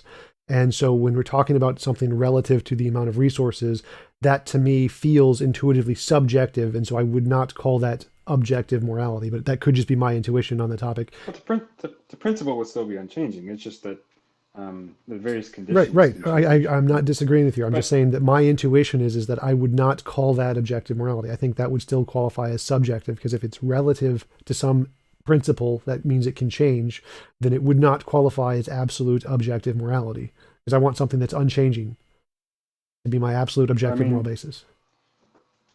I mean, just to repeat though, that the principle would be objective and unchanging. It's just the same as the other principle. But let me just quickly on the why you might want to prefer a model like this over the other one. Wait, just to clarify. So the morality part, I think, is by my definition just the involuntary imposition of will, and the resources part is the pragmatic part. So in my definition, if you have to put someone in prison to stop them from killing 5 other people, I think that it's immoral to put them in prison, but it's pragmatic. So the resources thing to me is the pragmatic aspect, not the moral thing. The moral thing is just the involuntary imposition of will, and the resources is just the pragmatic component to it that makes a justifiable imposition of will. So I wouldn't define the entire thing as the moral principle. The moral principle is the involuntary imposition of will, and then what accounts for our morality today is the pragmatic part of what causes the feelings, which is the limited resources.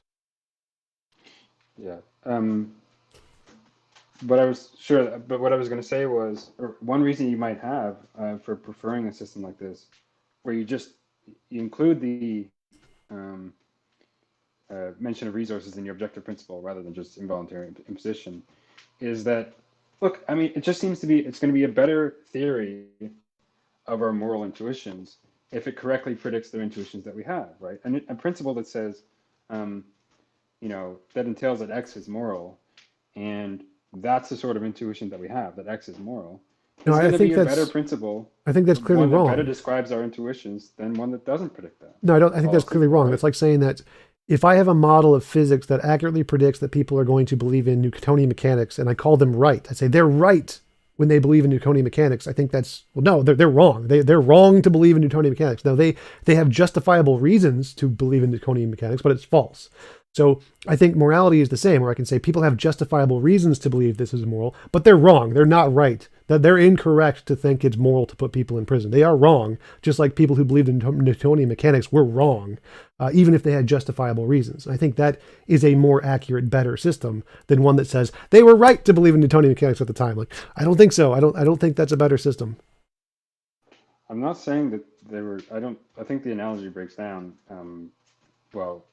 Because of the way the things were defined, right? So if we're starting with, look, we have these feelings, we want some principle or principles that best sort of describe those feelings, so we can maybe classify things as immoral or moral. The best theory is going to be the one that correctly predicts the feelings we have, right? Right. But that's only if there isn't an objective truth. If there's an objective truth to the matter and our feelings are trying to refer to that objective truth, then you need a principle that describes the objective truth and our relation our beliefs have to it. So if I thought what? I thought the objective truth just was the principle that best describes. That's a possibility. So there's multiple possibilities here. One is that it's just a subjective illusion. One is a product of evolution. One there's a God, terrible option. Or one it's a higher order emergent property. There's all these different kinds of things. Because in my theory, I think that there is an objective thing. I have to include that objective thing in my model. So I have to make reference to this objective truth, which means that today our intuition that putting people in prison is wrong. It is wrong to have this intuition. We are incorrect And there is a correct standard there that we need to incorporate into this model. Whereas taking your proposed alternate definition would be to discount that objective truth and say that it's just trying to accurately describe our moral intuitions today and not include that objective truth part to it. No, but I guess maybe your hang up here is that the revised principle, which I was going to kind of push forward towards a sort of utilitarian, because I think that's where kind of the logical consequence of it is. But leaving that aside, the principle can be stated in perfectly objective terms. I don't see what's subjective or less subjective. It can't be than the other objective and absolute. It has to be objective, because there's objective versus subjective and absolute versus relative morality. When I'm talking about objective morality, because I was brought up a Christian, that term to me has this baggage that it's objective and absolute. So it can't have this changing feature to it, because it wouldn't fit my intuition of morality, and it wouldn't fit many intuitions of morality. So for me, for it to be objective, it has to be objective and absolute, which means you can't have this changing feature of resources in it. That is an inaccurate description of morality, of objective and absolute morality from my intuition. I would say that is an incorrect way to assess objective morality. Well, so there's, at least a couple issues here, but one that I could point out is, that's going to be true also of the involuntary imposition definition, because things like, what counts as an involuntary imposition is going to change, because that changes based on, the wills that people have, right? Sure. But is it therefore not absolute? No, that principle is still absolute, because there's nothing in that principle that changes. Right, but so too for the principle that I'm proposing. The principle that I don't intuitively agree. So I would say that if you would say it's moral to put people in prison because there's a lack of resources, I would say that's wrong. That intuitively, that seems completely wrong to me. Like, nope, I don't think something because it's justifiable does not make it moral. I think that's where my model disagrees with utilitarianism and consequentialism, and why I prefer it to those models is because in utilitarianism and consequentialism, the action that produces the greatest, the least harm or whatever, the most utility, is the moral thing to do. That would mean like the consequence of killing one person or killing 1,000 people to save 10,000 would be the moral thing to do. And I think that is wrong. I think that is objectively incorrect. I think that the moral thing is never going to be to kill the 1,000 people. And so because my model intuitively question begging, your principle. This is my intuition. So my intuition of what describes the principle is that definition is incorrect. That's why I prefer my definition. So I'm not question begging here. This is just what I think the principle is best described as. I guess we can leave it there. I've actually felt some progress has been made. I think I understand the view a bit better. But I'll just leave it again. I've only discussed some of my issues, but these were the biggest ones. I'll just leave it again at this. We have these two principles that we're comparing. One that's involves some sort of utility calculus a little bit more, and one that's just involuntary imposition of will. Both can be stated in purely objective terms. There's nothing subjective about them, and one of them predicts the moral intuitions that we have much better than the other. Well, no, they both do. So because the equation is the same in both of them. One is just which part of the equation the morality refers to. So in mine, the morality refers to just the involuntary imposition of will, and the pragmatic aspect refers to the resources. But it still predicts our actions today. It still predicts what we're going to experience today. It just says it's wrong. And I think that's a more accurate model. Sure. But that part is fine. But remember how we built it up, right? Is that we have these moral feelings, and we say that whatever it is that produces those feelings, whatever it is that best sort of accounts for those feelings, that's the true moral principle. Yep. And if we have feelings like X is moral or X is immoral, I don't know how you would deny that the better principle is going to be the one that better predicts those moral feelings, right? One that returns the fact that X is moral or X is immoral, when that's the moral feeling that people tend to have. It's the same as my example with the ocean. So if we're all standing on a mountain and we see an ocean, one of the possibilities is like somebody sees a red, someone sees a green one, someone sees a blue one. Some of the possibilities is that when we discover what the ocean is, the way it's reflecting light could kid our eyes in a way that doesn't accurately represent the ocean. So our perception of the ocean could be incorrect, even though I'm grounding my explanation of our perception based on our perception itself, that could still lead to the conclusion that some of our perceptions are incorrect, because we think that it is something out there independent of our experiences themselves. And if we grant that hypothetically that is the case, then it is possible that our experiences themselves could be incorrect in some way. So there isn't a contradiction there any more so than there is in science when we say, well, we see an ocean, but that could be a product of evolution, and so our understanding of it is incorrect because it's limited by some external source independent of the thing in and of itself. So if I think the ocean itself is a thing, and we have an experience of it, but our experience is limited by evolution, which has nothing to do with the ocean. Like obviously the objective moral ocean, whatever, is there. And then we have this subjective emotional evolutionary perception of it. I would not say that the ocean, when referring to the ocean, is not our perception plus the objective ocean. I'd say that's wrong. I'd say no, the ocean is the thing in and of itself, and our evolutionary perception has nothing to do with the ocean. It's just our perception of it.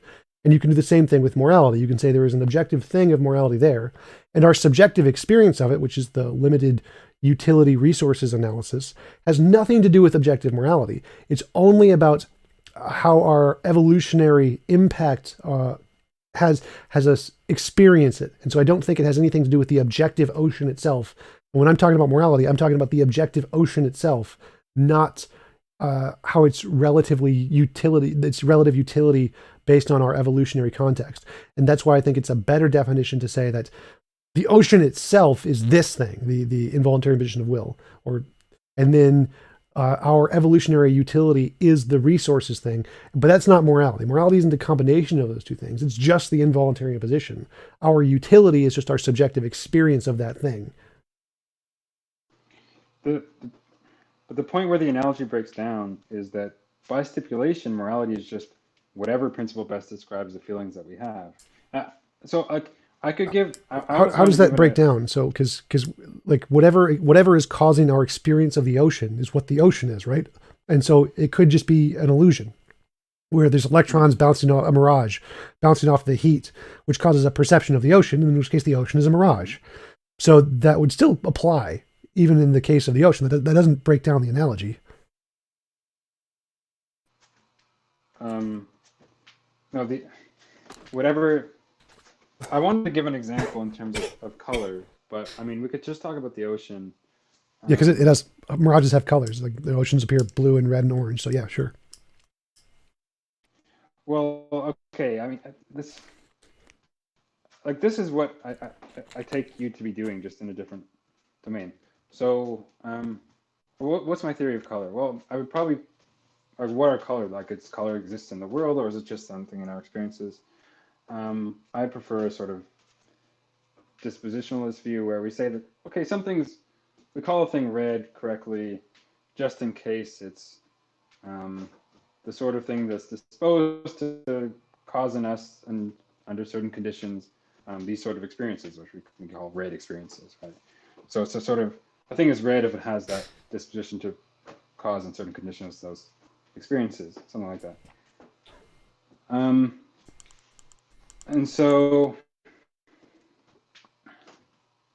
well, you could imagine also that we are going to change over time. Maybe we'll evolve better visual senses, and see ultraviolet. And maybe even the things we now that, given our current faculties, produce in us these certain visual experiences, will in the distant future produce in us a qualitatively different experience. Yeah, I think I see where you're going with this. So, yes, like we could say that either of these hypotheses could make the same prediction. Like, so for example, if you make the hypothesis morality is purely an evolutionary process, we could still come to the same conclusion that, well, our intuitions are going to change in such a way, and you could get that right. That is correct. Underdetermination is a thing. You could always explain all data with infinitely many theories. What makes one right is whichever one comes first. So if I'm first, I get the answer right, I have evidence, regardless of whether or not other theories could also explain the same data. Well, that wasn't but the point of my analogy was that, look, we could talk about red as being the thing which produces, is disposed to produce in us a certain experience in the distant future, right? As we can talk about more than in the morality case, that's supposed to be the analog there. But that's not going to correctly predict which things we'll call red now. And similarly, if we apply the principle in the other way, it's not going to correctly predict what things we'll call red in the future. But why wouldn't we have a more general principle of red that can correctly predict which things we'll call red now and in the future? And that seems to be a better description. Why would we? Well, that goes back to be worse off either now or in the future with the definition that's restricted. Well, that goes back to if red is a thing, if there is a thing that is redness that is independent of our experience of it, and that thing is what's causing our experience, then we want to describe the thing, not our experience. And so describing our experience isn't what's important here. Our experience is trying to describe a thing that exists, and that's what we want to describe, regardless of our perceptions of it. We want to filter out our perceptions. We want to say our perceptions are wrong. Here are the ones that are right. No, but the difference is that in these cases, so in both the color case and the morality case, the thing we're picking out is defined relative to our experiences, right? Because it's just the principle that best accounts for our descriptions. No. So again, it's the same thing as the mirage. So when we say, I see the ocean is just described as we have this experience and what best describes that experience. That's all it is. It's the same thing. The ocean could be real. It could be an objective thing that exists independent of our experience, or it could just be a mirage. But when we talk about the ocean, we're talking about that thing, whatever it is. And so I think it's a real thing, and I'm trying to describe the real properties in the ocean, not just our experience of the ocean. And if there are real properties in the ocean that we're not experiencing, then our experiences could be wrong. And so your criticism only applies if you assume that our perception is the thing itself, or that's all there is. And that's what we're trying to describe is just the perception, which I'm not. I'm not just trying to describe the perception. I'm trying to describe the ocean. I want to know about the thing itself, not just our perceptions of it. Well, the thing itself is just, by this definition, whatever it is that produces those perceptions, right? Whether it's some. Well, no, just to clarify. Actual... So if you think the ocean that you see is a mirage, the thing itself is again just a mirage. There is no thing itself. It isn't there. It's just a product of the brain. So I think it is a thing there, independent of the mind, independent of the experience. So I'm not just describing the experience. If you just think it's just part of the experience, then yes, all you're describing is the experience. But I'm not. I think there is a thing there independent of the experience that I'm trying to describe. Yeah, but that's true even in the hallucinatory case, right? There's still something that's causing that experience, and that's what we're, by stipulation, picking out when we use the term, right? Sure, yeah, your brain state. Yeah, so suppose that, oh, my battery's about to die. Wait, give me 1 second. I'm just going to switch devices. Someone else can jump in, but I'll be back in a minute. Yeah, we'll wait for you, Detroyer. I think you and Tom seem to be engaged.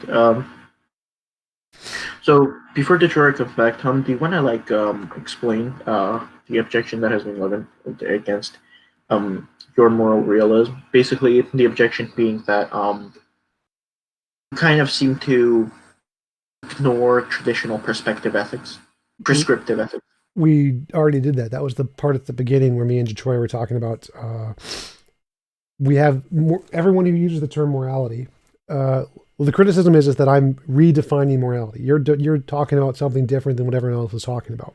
So yeah. What everyone is talking about when they say morality is they have these feelings of morality. Detroyer, are you back? Oh, okay, sorry. Yeah, you can go for a minute if you want. No, it's fine. Yeah.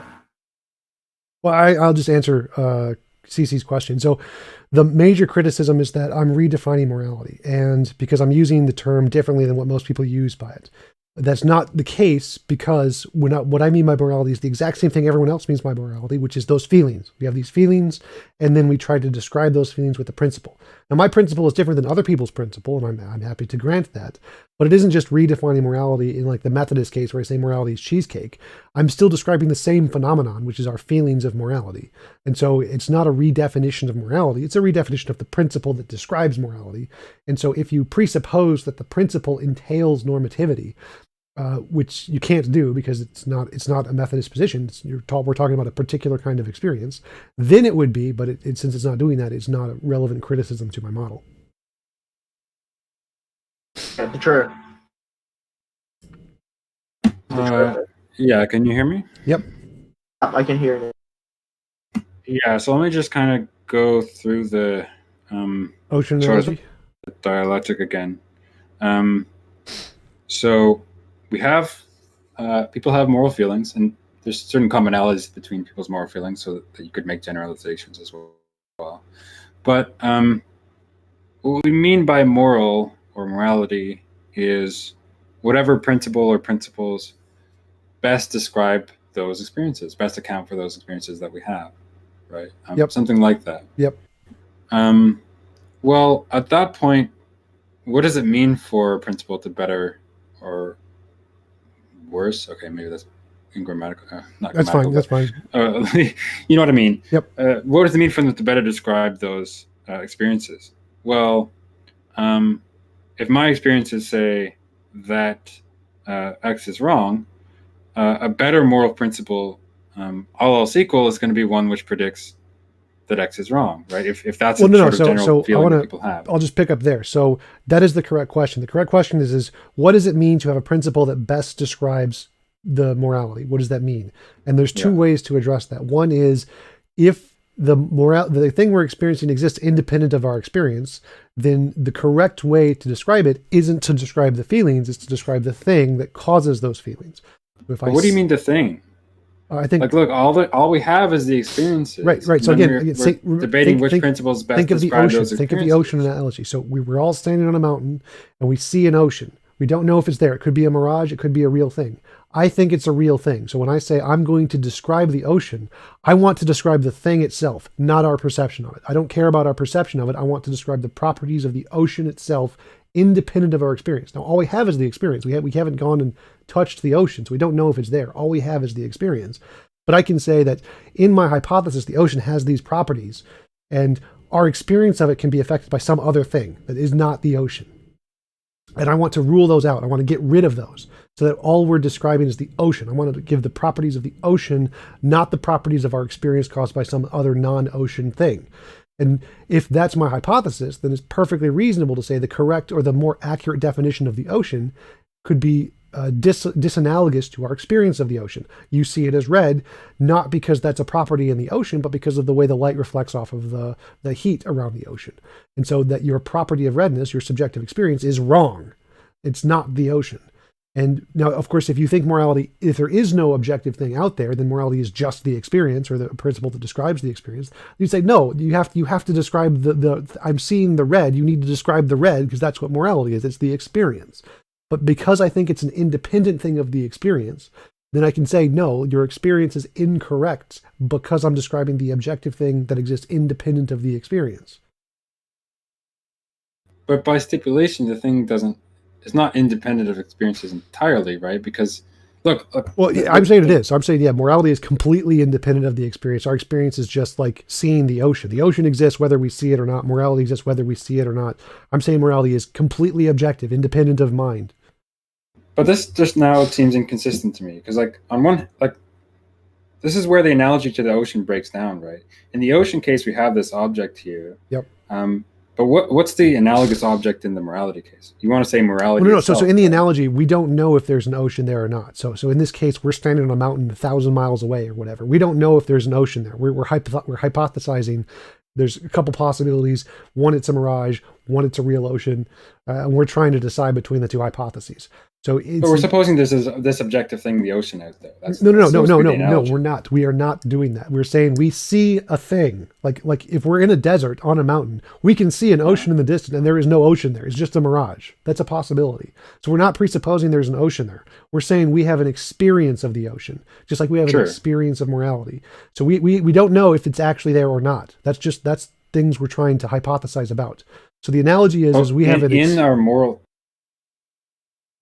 Well, but in our moral experiences, like the things we say, when you have the thought that X is wrong, what is the thing that we think we're experiencing? It's just a feeling, isn't it? Yeah, it's just like attitude we have. Just like when we're saying the ocean, what we're talking about is literally our experience that we see something in our eyes. We're clearly not talking about we don't know if there is literally a thing there or not. It could just be a mirage. If you use the word But what's- mirage, like that is a mirage, you're assuming that it's just a thing in your head. If I say no, that is an ocean, then I'm assuming it's a thing that it actually exists. Those are two different hypotheses to explain the same phenomenon, which is just a sense experience. So there's a sense experience of morality, and there's two hypotheses. One is it's purely just subjective evolution or whatever, and another hypothesis it's a real thing. And you could refer to those differently, but they're both explaining the same phenomenon, just like the ocean and mirage is explaining the same phenomenon. But I don't understand what the real thing would be, because I thought in your system it's just like, okay, we have all these various moral feelings, right? That X is wrong, B is right, whatever, and the objective moral principle or principles is just that or those which best describe those feelings that we have, and that's it, right? Why do you have to posit some other object or thing that our experiences are about? You don't have Forgetting to. I just do because I think it's a better theory. But so have we agreed up until that point? So the analogy is that morality and the ocean are the same. We're all standing on a mountain far away. We see an experience, and what this word that we're using, ocean and morality, describes that experience, that sense experience or intuition experience, whatever it is. Well, okay. So if you want to say that the word, when we use morality, we're picking out the individual experiences. No, but I thought we wanted to be. Yeah. So we have an experience, and then I think my experience of the ocean is a mirage. I think it doesn't exist. So when I refer to the mirage, I'm referring to that experience clearly. And when somebody else says I think it's an ocean, they're referring to the exact same experience. Right? You agree with that part? Well, the thing. I mean, I don't want to really get into perception here. This is. I'm trying to show that the analogies are the same. So when I refer to morality as a non-normative thing, and you refer to morality as a normative thing, it's like one person referring to the sense experience as a mirage, and another person referring to the sense experience as an ocean. They're still referring to the same thing. It's the sense experience. Well, no, I mean. But the disagreement is not over what the qualities of the sense experience are. The disagreement is over what best describes what exists out there in the world, or what yes. might be causing those sense experiences. Yes. But all the same, it's the same experiences. Yes. That's not the disagreement. Yep. Okay. So then I would go into why I think it's a real ocean and why someone else thinks it's a normative, subjective thing or whatever. And that would be our disagreement. But as long as you understand the direction I'm going in, that's fine. Like you can disagree that it's a real ocean. That's fine. As long as you understand the point of the argument. Yeah. So the analogy would be, well, the ocean, the objective ocean thing is whatever it is that best describes these sense experiences that we have. And maybe the thing that best explains them or describes them is there being a body of water that is like an ocean, right? Well, so I think that's where the disconnect is. So when I'm talking about morality, I'm not just talking about the sense experience. I think the sense experience is irrelevant. I don't care about the feelings. I want to talk about the thing. I think the thing is what I'm talking about with morality. I think it's a real thing, independent of our experience. Our experiences don't matter. They're just interpretations of the there's thing. Experiences, there's a principle which best describes them, and then there's also the thing. Is that something in addition to those? Well, no, because again, when we're talking about morality, some people could just be talking about the experiences because they think that's all it is, like a mirage. Some people could be saying that morality is a thing, like gravity is a thing. It's not just a subjective experience. I'm not talking about what I see when something falls. I'm talking about the thing itself falling. I think it is an objective feature of the world, and my sense experience of it is just describing that feature. So I don't care about my sense experience. I want to describe the thing itself. So in these two models, like when I talk about morality, I'm talking about the thing itself. Now, obviously, I'm starting from my sense experience and then trying to create a principle that describes what is causing that. But then I'm trying to further describe the thing itself, independent of our experience. And that's what I'm calling morality. I'm saying morality is the thing itself, not just our experience of it. Our experience of it is just like our eyes seeing the mirage. I don't care about that. Yeah, but I thought it was that the thing itself just is the best principle that describes no. The principle is, again, a theory. It's just a theory. So that's my theory of what morality is, and that's someone else's theory of what morality is. And then what best explains it is the one that most corresponds to reality. So if I say there's a real ocean there, and there's a real ocean there, then that best describes morality. If you think that if there isn't an ocean there, but let's not put it in the analogy. Like, what is the thing itself? Higher order emergent property like fitness. Right? That's what I think morality is. It's a higher order emergent property like fitness. Okay, but can you describe it in any other way? Because it's not the principle, it's not the feelings. Yeah, the principle describes the higher order emergent property. So like there is a field named gravity, and we have a principle that stuff falls, and that principle describes the field. So our principle of involuntary imposition of will describes the effect of the higher order emergent property.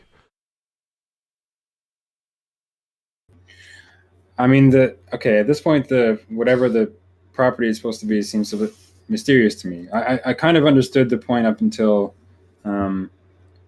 fitness is a principle. higher order emergent property. You know, fitness is the fact that organisms survive in more environments or whatever. That is a higher order emergent property. It is a real thing that exists in the world, independent of our opinions. Morality is like that. Sure. It's not the same as fitness. Yeah, but can we give a description of it like you just did with fitness? Because it's not. Yeah, so fitness is the fact that organisms survive more in environment. Morality is the fact that agents have less imposition of will in environment. Or what was it? I say that fitness describes how an environment interacts with an organism and how it can survive. Morality describes how agents can interact in an environment and how they interact. So, but here you're just talking about types of events, right? Like same as fitness. Say so fitness actions which impose on wills, or yeah, sure, that's fine. So, obviously those occur, but I mean, I don't know what that has to do with the ocean analogy. The objective thing is not just like the stuff occurring in the world, like people imposing on wills or not imposing on wills. So it's like fitness. The objective thing is the principle about what counts as moral or immoral. The principle describes the objective thing. The principle is just a principle. So like stuff falls. Obviously. Gravity isn't the principle that stuff falls. Gravity is the thing that causes the stuff to fall. The principle isn't morality. The principle just describes morality, in my view. I thought it was that whatever was the best account of these moral feelings that we have just is what we're picking out. And if there is an objective thing that's causing these feelings, then the best account, what makes it the best, is whether it corresponds to reality. And so if there is an objective thing, the best account is one that describes the objective thing.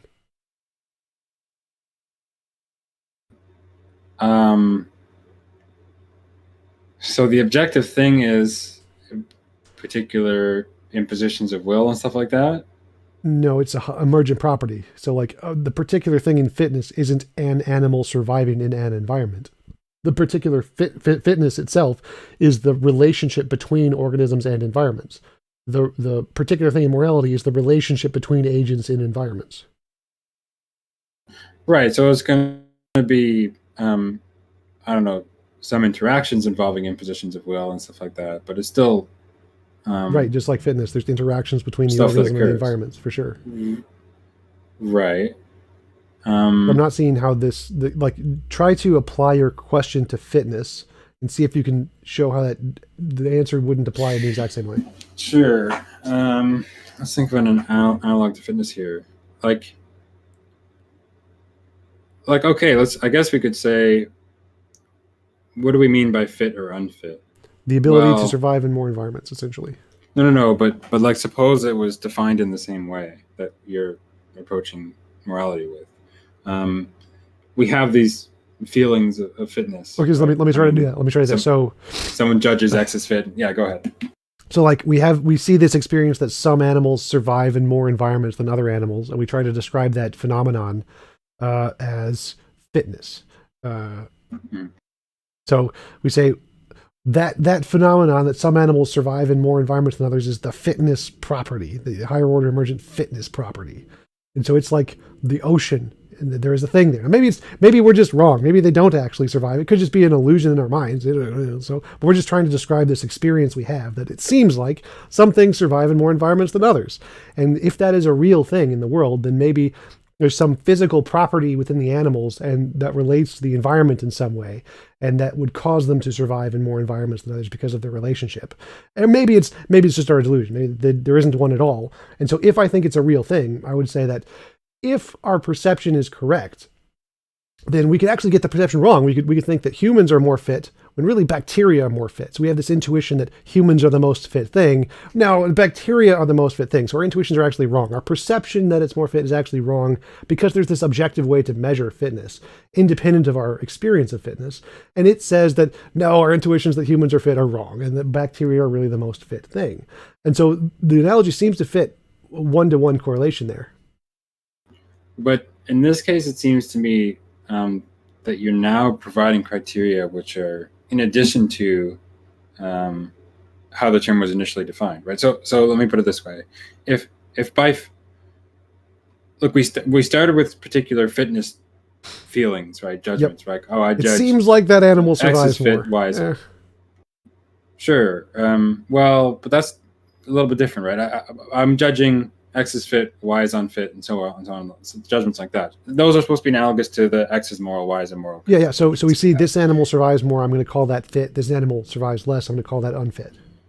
Right, and then we say, okay, what kind of principles best describe those judgments that we have? And so we start off with that animal seems more fit because it's smarter and it's stronger and it's faster. So that animal's more fit, and that animal's less fit because it's dumber and it's weaker and it's smaller.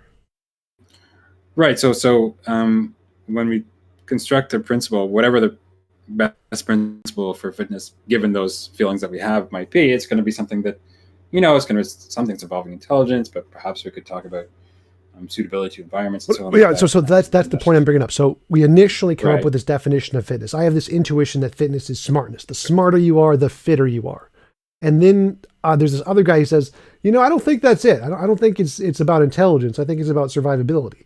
And so fitness is really the survivability. And he says, so we're not the most fit thing. Bacteria are the most fit thing. And the other guy's like, that's dumb. Smartness is fitness. When I talk about fitness, I'm talking about smartness. So clearly bacteria who don't have brains, they can't be fit. Only the intelligent things can be fit. And then the guy's like, I don't think that's the correct definition of fitness. I think there is this objective thing in the world, which fitness refers to, which is the survivability metric.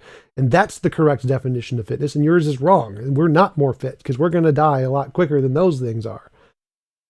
Yeah, but the person who says survivability or whatever is the correct definition. If he is right just because that definition better accounts for the feelings that we have. No, the feeling of again, because the feelings don't matter. That's how it was defined at the beginning. No, again, because that's just our intuition. We have a feeling that there's this phenomenon, and we're trying to describe the phenomenon.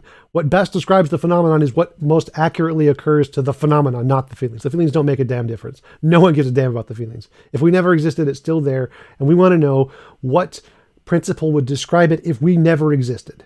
That's the more accurate principle.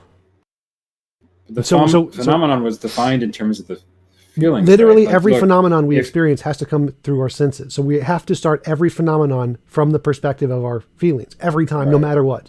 But if we want to say what's the best definition of that, we have to say what definition would still be true if there were never any experiences. That's what we want.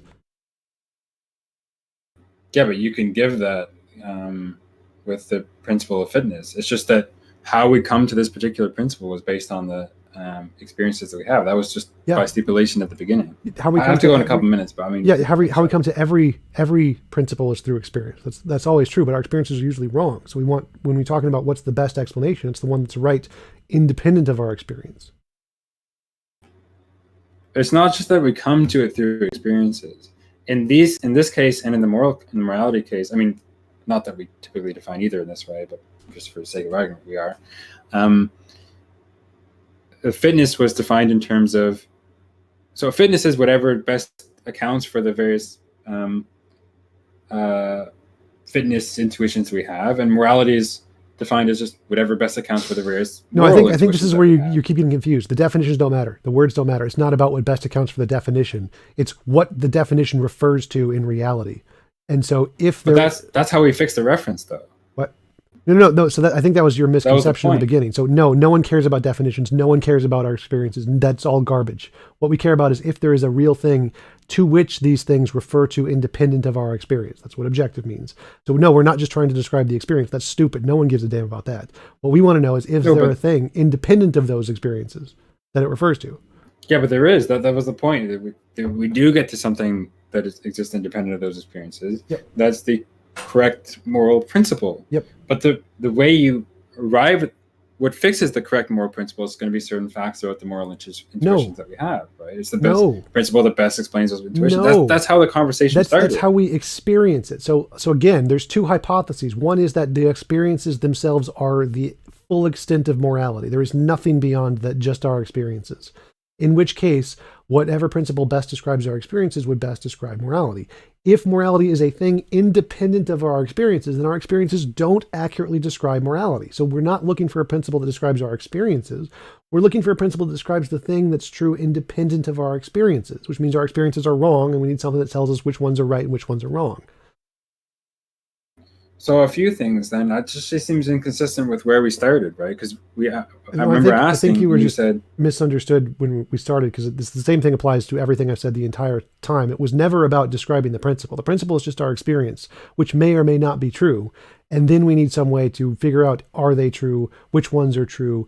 Is it just the experience? All that stuff comes later. We start with an experience, and then we come up with principles to describe the experience. Some of those would include many of our experiences are wrong because our experiences are caused by some external thing independent of our experience. They're just two different hypotheses. The correct hypothesis is not the one that just describes our experience the best. No, that is just one of the interpretations of what morality is. There are others where morality is something independent of our experience, and so we don't want to describe the experience because that would be stupid. Right. So if we're defining morality in this way, I feel like most of the conversation is moot, but I just want to be clear. Maybe someone else can correct me. Remember earlier on in the discussion, you were saying like, well, we have these moral experiences. And first you said something like, well, whatever causes them, that's what we mean by morality. And then we said, no, it's not really necessarily causes. It could be more precisely maybe things that best accounts for or best describes them. That's what we mean by morality. That's what we're picking out. Well, then I said, okay, well, and then you think whatever best describes them or accounts for them is this principle, involuntary imposition of will. And then we moved from there, right? The principle is just, that's what morality is. I think it best describes the moral feelings that we have. So like if we're saying what is God, God is, to atheists, God is just a mental thing in our brain, and to theists, God is an existing thing independent of our mind. But if we want to say, well, what best defines God? I mean, obviously we're not just saying what we define it to be, because atheists define it to be a thing in their head. Theists define it to be a thing independent of their world. So if we're saying that the best definition of God is one that accurately defines our ideas of God, well, no, that would be wrong. Theists would say that's completely wrong. Like, no, our ideas of God are completely wrong. We don't want to define God based off of our experience or thoughts of him. We want to define God based off what most closely resembles the thing independent of our minds. So obviously you would not say that the best definition of God is one that most accurately explains our thoughts. Like, no, we don't want that. Theists would say that's completely wrong. I agree. So I'm saying the same thing, is that the best definition of morality, because it's like a God, it's a thing out there, isn't just our experience of it. Our experience of it is how we sense it or how we perceive it or conceptualize it. But when we're talking about morality itself, it's not those things. We don't want a description of those things, our feelings. We want a description of the underlying nature of what those feelings cohere to or correspond to in reality, if there is such a thing. I thought that's what we were supposed to get to with the account or description of them. But wait, on atheism, I disagreed. I mean, it's kind of off on a tangent, but I don't think that theists and atheists disagree largely about what God is. It's just that they have a similar concept in mind, assuming that they're not talking past each other. It's just that atheists don't think it refer. They think that there is no such thing in the world. Right. It's not like they're not just picking out something in the brain. No, that wasn't the analogy I was going for. That was just a short term to get to the point. So the point here is that how do we best define the term God? Like, what is it? What is the best definition of the term God? Like, what is the best definition of the term morality? If the best definition of the term God refers to just our brain states, the thing that we all agree upon, like the definition, that's the definition. Theists would say that's wrong. Like, no, we should not be defining God based off of how our conceptions of it. Thomists specifically, I think atheists would agree. Yeah. Thomists specifically say, like, no, our conceptions have are analogous at best, but they're all wrong because we can't even come close to conceiving of God's true nature. So we would say that, no, we should not be defining the term God based off of our conceptions. That's just an analogy to the thing itself. And I'm doing the same thing with morality. I'm saying, no, we should not define morality based off of our conceptions. Right, but That's there's just an ambiguity here. I mean, there's an ambiguity here. Like, obviously, when we define God, right, we're doing so conceptually. I mean, obviously, Yeah. what else? What other resources Yeah. do we have? But it's not. But we're not. What we're not doing is saying that what God could be, according to our conception, is something merely conceptual, because that's obviously false. Theists will disagree with that. right. But that doesn't mean that when we define God, it's not a conceptual matter. Sure. I mean, I'm agreeing there. So, but the point here is that if we apply the same thing to morality, so if we define what is the best definition of God, well, is it the definition that best describes our conceptions, or is if there was a definition that more accurately described God's that we couldn't conceive of, would that be a better definition than the one we conceive of? Probably the best definition is going to be the one that best accords with our conceptions of God, right? Okay, Like, let me clarify. like, look, if we So we have conceptions of God which are wrong. We can't conceive of God given Thomism, assuming God exists. We assume God exists for the sake of the argument. Our conceptions of God are nowhere near God itself.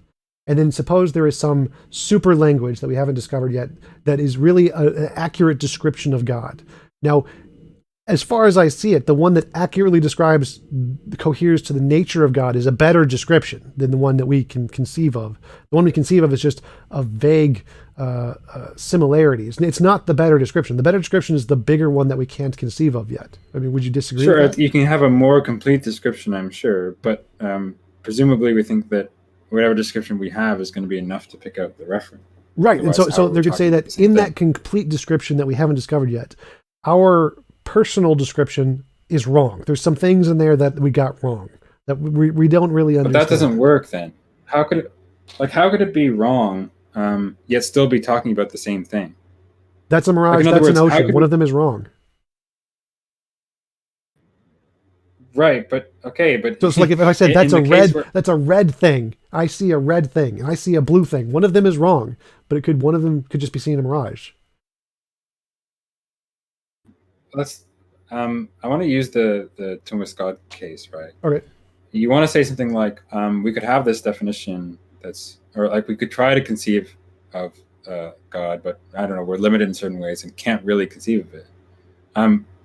If we're wrong in the way I'm not sure what it means for us to be wrong in the way we're conceiving. We're just talking about something else then, or maybe nothing at all. Well, no, we can have some properties correct and some other properties that are incorrect. Right, but in order to be talking about the same thing, we have to have enough properties in order to uniquely pick out that thing. No, we only have to have one. So we can say, whatever created the universe that is conscious is God. No, I think God is Jesus created Yahweh God. Yeah, who has omni God. And this person says, no, I think God is Vishnu, and Vishnu is whatever. And I think God is just an imaginary thing that doesn't exist. Like, we're all talking about the same thing because it shares this one property, which is that it creates the universe and it's conscious. So as long as it shares those minimum properties, then we're talking about the same thing, even if we got all the other properties wrong. So we can get right. So what we can do is, to fix the reference, we're saying, like, whatever is the cause of the universe to exist and to mind, whatever. And then someone might also assert, truly or otherwise, that whatever it is that picks out has some other property, right? You know, as you're saying. But so there's some insofar as we're just talking about the thing that caused the universe, we're talking about the same thing, right? Yeah. So there's some core set of properties, and as long as you explain that core set of properties, you have an explanation of the definition, and whatever most accurately that definition corresponds to in reality, that's the best definition. So if Vishnu's the God, then their definition is the best. If Yahweh is the God, their definition is the best. If there isn't a conscious being that created the universe, the atheist definition is the best. So the same thing applies to morality. So there's this core principle of morality. We have these feelings. They're the feelings. Whatever explains those feelings, those are all. We're all talking about the same thing. Those feelings, not the principle. Right. The principle is what describes the feelings. So when we talk about morality, just like when we're talking about God, the core principle in morality is those feelings. That's the minimum requirement, the necessity of explaining morality. Anything addition to that are all external facts that we don't know about yet. So like God is Trinity, like that's an external fact. You don't need that to explain a God. All you need is created the universe and conscious. So in morality, all you need is the feelings. So I explained the feelings. But I thought morality was not the feelings themselves, but whatever. No, morality is. No, it's not whatever describes them. Morality is whatever is I would say causing them like I did originally. Like if there is a thing that is causing those feelings or that those feelings refer to in reality, that thing is morality, not the feelings. The principles are just our vague way to try and describe that thing. Just like our definitions of God are our vague way to try to describe God. All right, but now if we're moving back from describing the feelings to just whatever causes them, that's what they refer to. What, so when people states, like it seems... when people say morality, what they mean by that is their theory of what accounts for the feelings. So the word morality refers to vague now. Well, it's supposed to be. It's whatever any individual thinks accounts for those feelings is what they think morality is. So if you think it's a God, you think morality refers to a God. If you think it's an evolutionary process, you think morality refers to an evolutionary process. The word morality, as the way people use it, is whatever their theory is to account for those feelings. The minimum requirement is the feelings. Any theory that accounts for those feelings is a moral theory. By vague there, I don't just mean that there's several things that could satisfy it. I'm not even sure what you're saying by account for. Is it a causal explanation? Either one. Is it something else? Like what is it? The accounting. So again, it could be anything you want it to be. Like it doesn't make a difference. Like whatever your theory is that however you define accounts for. Like if you think it accounts for it because there is some God that causes it, or if you think it accounts for it because there's a platonic object, or you think it accounts for it because it's some subjective evolutionary basis. Like you can use account in whatever way you want in your theory. It's supposed to be subjective in that context. Whatever way you define accounts for is what you mean by morality. So the word morality, the way people use it, is whatever their theory is, and however it accounts for what those feelings are. But you have this notion of account in mind, right? Well, I'm just using your term. I don't. We could mean anything by account. Well, I'm just using your term here. So it's whatever people mean when they say that word. So if it's a God, they mean it literally. It's the nature of God is what accounts for morality. If they think it's an emergent property, it's an emergent property that accounts for morality. If they think there isn't a morality, then it's a mirage that accounts for morality. Like account could mean anything you want it to mean. But it can't just mean anything. Well, yeah, like it can't mean juggles by account, right? Yeah. Like, look, you have to. We have to have something at least a little bit informative in mind when we use the term. I'm not sure why this is an issue here. So, look, when we say that, let's just grant, for sake of argument, that when people use these moral terms, by morality they just mean whatever, quote unquote, accounts for their moral feelings and intuitions. Well, so to clarify, there has to mean something. So it's not that they mean whatever accounts for the feelings. They think something specific accounts for the feelings, and whatever they think that thing is what they mean by morality. So they think there is this thing, and that causes morality. Right? It is the grounds of morality. It is the definition of morality. There is some relation between this theory they have and the essence of morality, and that's what they mean by morality. They mean their personal theory to account for, or to the essence of those feelings. Oh, but that doesn't work. What do you mean? Because if all they mean is if what everyone means is just whatever they think morality, like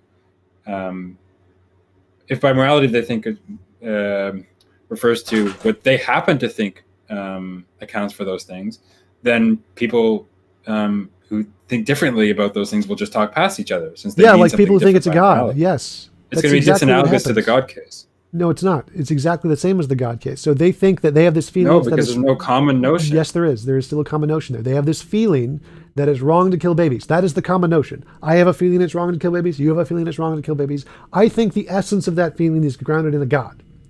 Now, I think, well, what you mean by morality is clearly not the same as what I mean by morality, because your theory of what accounts or is the essence of that feeling is completely different from mine. But there is a common factor, which is the feelings. We still have the feelings. That's the common factor.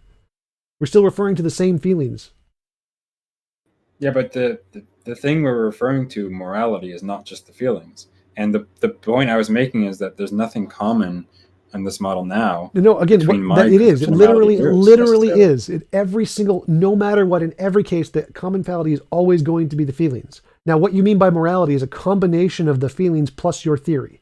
The word morality entails those two parts. The feelings and your combination of the feeling, or your theory of the feelings. So obviously when people use morality, there's no difference.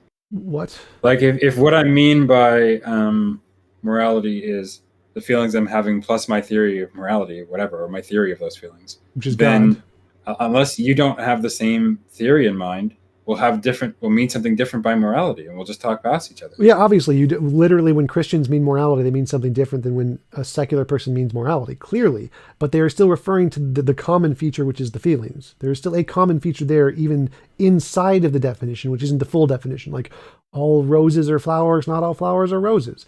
All morality entails the feelings, not all morality entails the God. That's fine, right? So that's what I mean by the common feature. Right, but it's not going to be. Do you see the disanalogy between the common feature and the God case in this any case? disanalogy at all. This is literally analogous. So all roses are flowers, not all flowers are roses. Whenever we're talking about flowers, there's always going to be a commonality, which is roses. We all agree roses are flowers. So when everyone talks about flowers, they're talking about a rose. But even if they disagree, that grass are flowers, they think a plum tree is a flower or whatever. Like, I don't think a plum tree is a flower. Here's the disanalogy. And go for it. Fine. Here's a disanalogy. In the God case, what we're doing to fix the referent of the term God is having the description, I don't know, is the creator of this universe, something like that. And then you can assert other things that you might think about, whatever it is that satisfies that, that it's, omniscient, whatever. In this I think case, we're mixing analogies here. So, in the case of... Well, let me just finish. Okay. Go ahead. So in the case of morality, the God has nothing to do with the creator of the universe. It's just right. No, I know. I was just talking about the case where we're just talking about God, and then I was going to draw the disanalogy with that to the moral case. Okay. And then the point was in the moral case. Well, how are we fixing the referent of moral? Well, if I'm fixing the referent by, but not just the feelings, right? When I use moral, I'm referring to my feelings and also my theory, right? That's what you said. Right. So some people fix flowers to plum trees. I think all flowers include plum trees, and I think, well, no. So if there's one person that says flowers include plum trees and roses necessarily, they have to include both. And I think, no, a plum tree isn't a flower. Roses are flowers, plum trees aren't flowers. Now, if we look at all of those different models, those two different models, they both include a common factor, which is flowers. The roses. So since they both include roses, that's the common factor. That's what you need to have a inclusion of flowers in this case, because the roses are the things we all agree are flowers. So as long as it includes those, the point is that to have a substantive dispute there, right, about which things count as flowers and which don't, you have to have a common notion and a common way of defining what counts as a flower, right? Particularism. So we're starting with we're starting with the particular flower. So if everyone agrees roses are flowers, not everyone agrees plum trees are flowers. To have a theory of flowers, you need to include roses. You don't need to include plum trees. The roses is the common factor, because we're starting with particularism here, not Methodism. We're starting with a particular thing. Right. But then once we generate that's just going to explain how we come to the concepts that we have. Well, it explains the concept itself. So the concept of flower must include roses. That is a necessity. So if we're talking about flowers, we must be talking about roses necessarily. So that's the common feature in any definition of flowers. So if we're talking about morality, we must be talking about the feelings necessarily, just like we must be talking about roses when we're talking about flowers. Right. But morality isn't just those things which a certain set of feelings. No, that's what's required in any model of morality. Then every different model has different other things they add in, but no one cares. Like, your definition of flowers may include plum trees. I don't care. It doesn't make a difference how you define flowers there. It makes no difference at all. Look, it's not going to be enough to... I could have sworn you said, well, when I use the term morality, what I mean by it, or what anyone means by it, is going to be the feelings plus some theory they have in mind. Yes, right? Correct. Okay. Are you trying to say that the theory they have in mind is not really essential to their concept? And so we have the same concept so long as we have the feelings in mind. Yes. Okay. I mean, would you disagree with that assessment? Well, not really, because it's not really clear what morality is then. Well, right? yeah, we don't know what it 'Cause I is. thought- That's kind of the At first, point. I thought it was going to be the principle, right? Because that's the thing that accounts for them. And then now it seems like it's some. Then it seemed like it was some combination of the feelings and the principles, or something like that. Yeah. So we use the word And morality. now it seems like it's really just the feelings. So again, we don't know what it is. That's the point. It's a phenomenon, and we're trying to explain the phenomenon. We don't get to say what morality is before we like prove it one way or the other. So we have a phenomenon, Okay, which but is our feelings. how are we then referring Tofi, to? You have a hot mic. Mute your mic. Why did you? I'm leaving your shitty server. Probably some troll. Yeah, go ahead. How are we referring to moral? Like, what is the descriptions, or what is the way we refer to it? So again, essentially, the way everyone refers to morality is they have the feelings and a theory of those feelings, and they combine those two, and the word moral refers to the combination of those two things. And the combination is always different. Like people think God is the grounds of morality. People think evolution is the grounds of morality. So the combination is always going to be different. But all of the different theories all entail one thing necessarily, which is the feelings. That is the one common factor in every theory of morality. So in order to have a theory of morality, you must at minimum have those things and explained in some way. Wait, Yeah, but this runs into the same problem I was saying before. Like, let me give an analogy. Suppose I had the term I don't know, doof, right? And when I use the term doof, I mean rocks and swimming. Okay, and when someone else says the word doof, they mean rocks and running, and someone else says the word doof, they mean rocks and something else. Right. I mean, it's going to be true that what's common to all of our definitions is rocks. Yep. Right. But rocks is not going to be enough to pick out. It's not like the common notion there. We just have different concepts in mind. Right. So right? One of them could be right and the others could be wrong, and the right one is the one that is the true doof.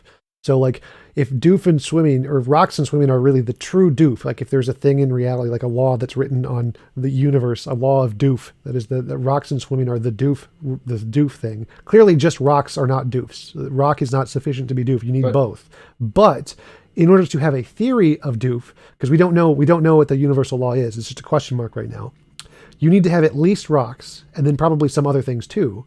But in order to have a theory of doof, you got to have rocks plus question mark. Just anything else, you have a theory of doof. We're all talking about doof because you got a theory of rocks plus something that's doof. You just don't know which one's right. I think I'm a little bit. Maybe we just have there's some deeper issue here that I think maybe would explain some of the disagreement or misunderstanding, because I'm not sure what it means for there to be a correct theory of doof, right? Well, if right, we have that's different like concepts, why would someone's be right and someone's wrong? If it corresponds to something independent of minds, then one is right and one is wrong. That's the theory. But they can equally correspond to something independent of minds. Why would that mean? Obviously, rocks and swimming correspond to something, and rocks and running does. Which one makes the correct theory of doof? So like if there's a law of nature that says there's like literally like a god, suppose there is a god that says, I God define doof as rocks and running, and he just hasn't told us yet, and it's written in the laws of nature that doof is really rocks and running. That's the only correct definition. All other definitions are incorrect at that point. So there's some fact. So you're saying nature, that like there's a law of nature or some being which can create true linguistic facts? It's hypothetical, so there's like some hypothetical universe in which this is the case. Then one would be right and the others would be wrong. Or if he said my definition of sun is an object made of helium and hydrogen, and somebody else's definition of sun is made of green pixies, one is right, one is wrong. So if there is something in nature to which the definition corresponds to, then one is right and one is wrong. But the point was that both of them. Not in the case where those green pixies are made up of helium and hydrogen also. And also, I don't understand why, even if one of them doesn't correspond to something in reality, what does it mean for the concept to be wrong? It's just truth is that which corresponds to reality. So if there is something, if one of the definitions is true in the fact that it corresponds to reality more so than the others are wrong. No, but the definition is not the proposition, right? It's just We're just describing our terms. It's right. The proposition is does this definition correspond to reality? I don't know. Definitions are not propositional. I don't know what it means for them. Anyways, I've been on longer than I should. I need to make dinner if someone wants to. It's been a good conversation. Yep. I think overall. So I'll just. I really have to go. Thanks. Yep. Just put in one thing. Like right, the definition of star being an object made of helium hydrum. Yeah, that the definition that we came up with corresponds to some fact of reality. So definitions can correspond to facts about reality. They don't necessarily need to. Like definition of Captain Kirk. Only based on other definitions, correct? No.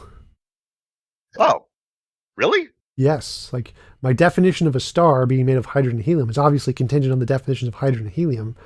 That's what I just said, and you disagreed. But those definitions are contingent on a thing in the universe. So it's not just definitions on definitions. The definitions have to correspond to something. They're not true in reference to other definitions. They're true in reference to reality, which is not a definition. They correspond to other definitions. No, they correspond to reality. That's what truth is, not correspond to definitions. You're just pointing out that definitions are based on things in reality. Truth is that which corresponds to reality, not that which corresponds to definitions. TJump. So TJump. Basically, the last 5 minutes will be sort of quick questions that people had for you about philosophy, and then we'll wrap it up. So thank you. Sure. So yeah. So the first question. These are trivia questions. What's basically philosophy questions? Content internalism or content externalism? No idea. Like, what is content internalism versus content externalism? Okay, so content internalism is the view that content externalism is the view that the external world, at least in part, constitutes our thoughts, and content internalism is the view that the content of our thoughts is fully internal to us. So one way to think about it would be something like, would you still be able to have thoughts if there was no external world? Internalists say yes, externalists say no. Like, for example, if I had a brain, but there was literally nothing other than my brain that existed, would I be able to have thoughts? Is that the question? Yeah, if there was no external world, could you still have thoughts? Well, yeah, the question here is what you mean by external world. So, like, if essence of thoughts, like I say, dualism or idealism is true, and there's just essence of thoughts and nothing but essence of thoughts, yeah, that's logically possible, for sure. Right, good. Yeah, another question. Stance on idealism? Same thing as before. I don't think it's correct. I don't think there's any evidence to support it. It's just a imagined hypothesis based off of arguments with no independent way to verify that it's correct. Right. And free will, determinism, compatibilism, incompatibilism. Compatibilism is a kind of determinism, so they're both determinism, but I go with compatibilism just because it's the consensus, even though I think it's stupid. Oh, so you still go with compatibilism? Yep, it's the consensus. I think it's stupid, but it's the consensus, so I accept it. All right. I like that answer. Yeah, I guess that was funny. Yeah, and question, stance on monism. Do you completely reject monism, or do you still have sympathies towards it as a naturalist?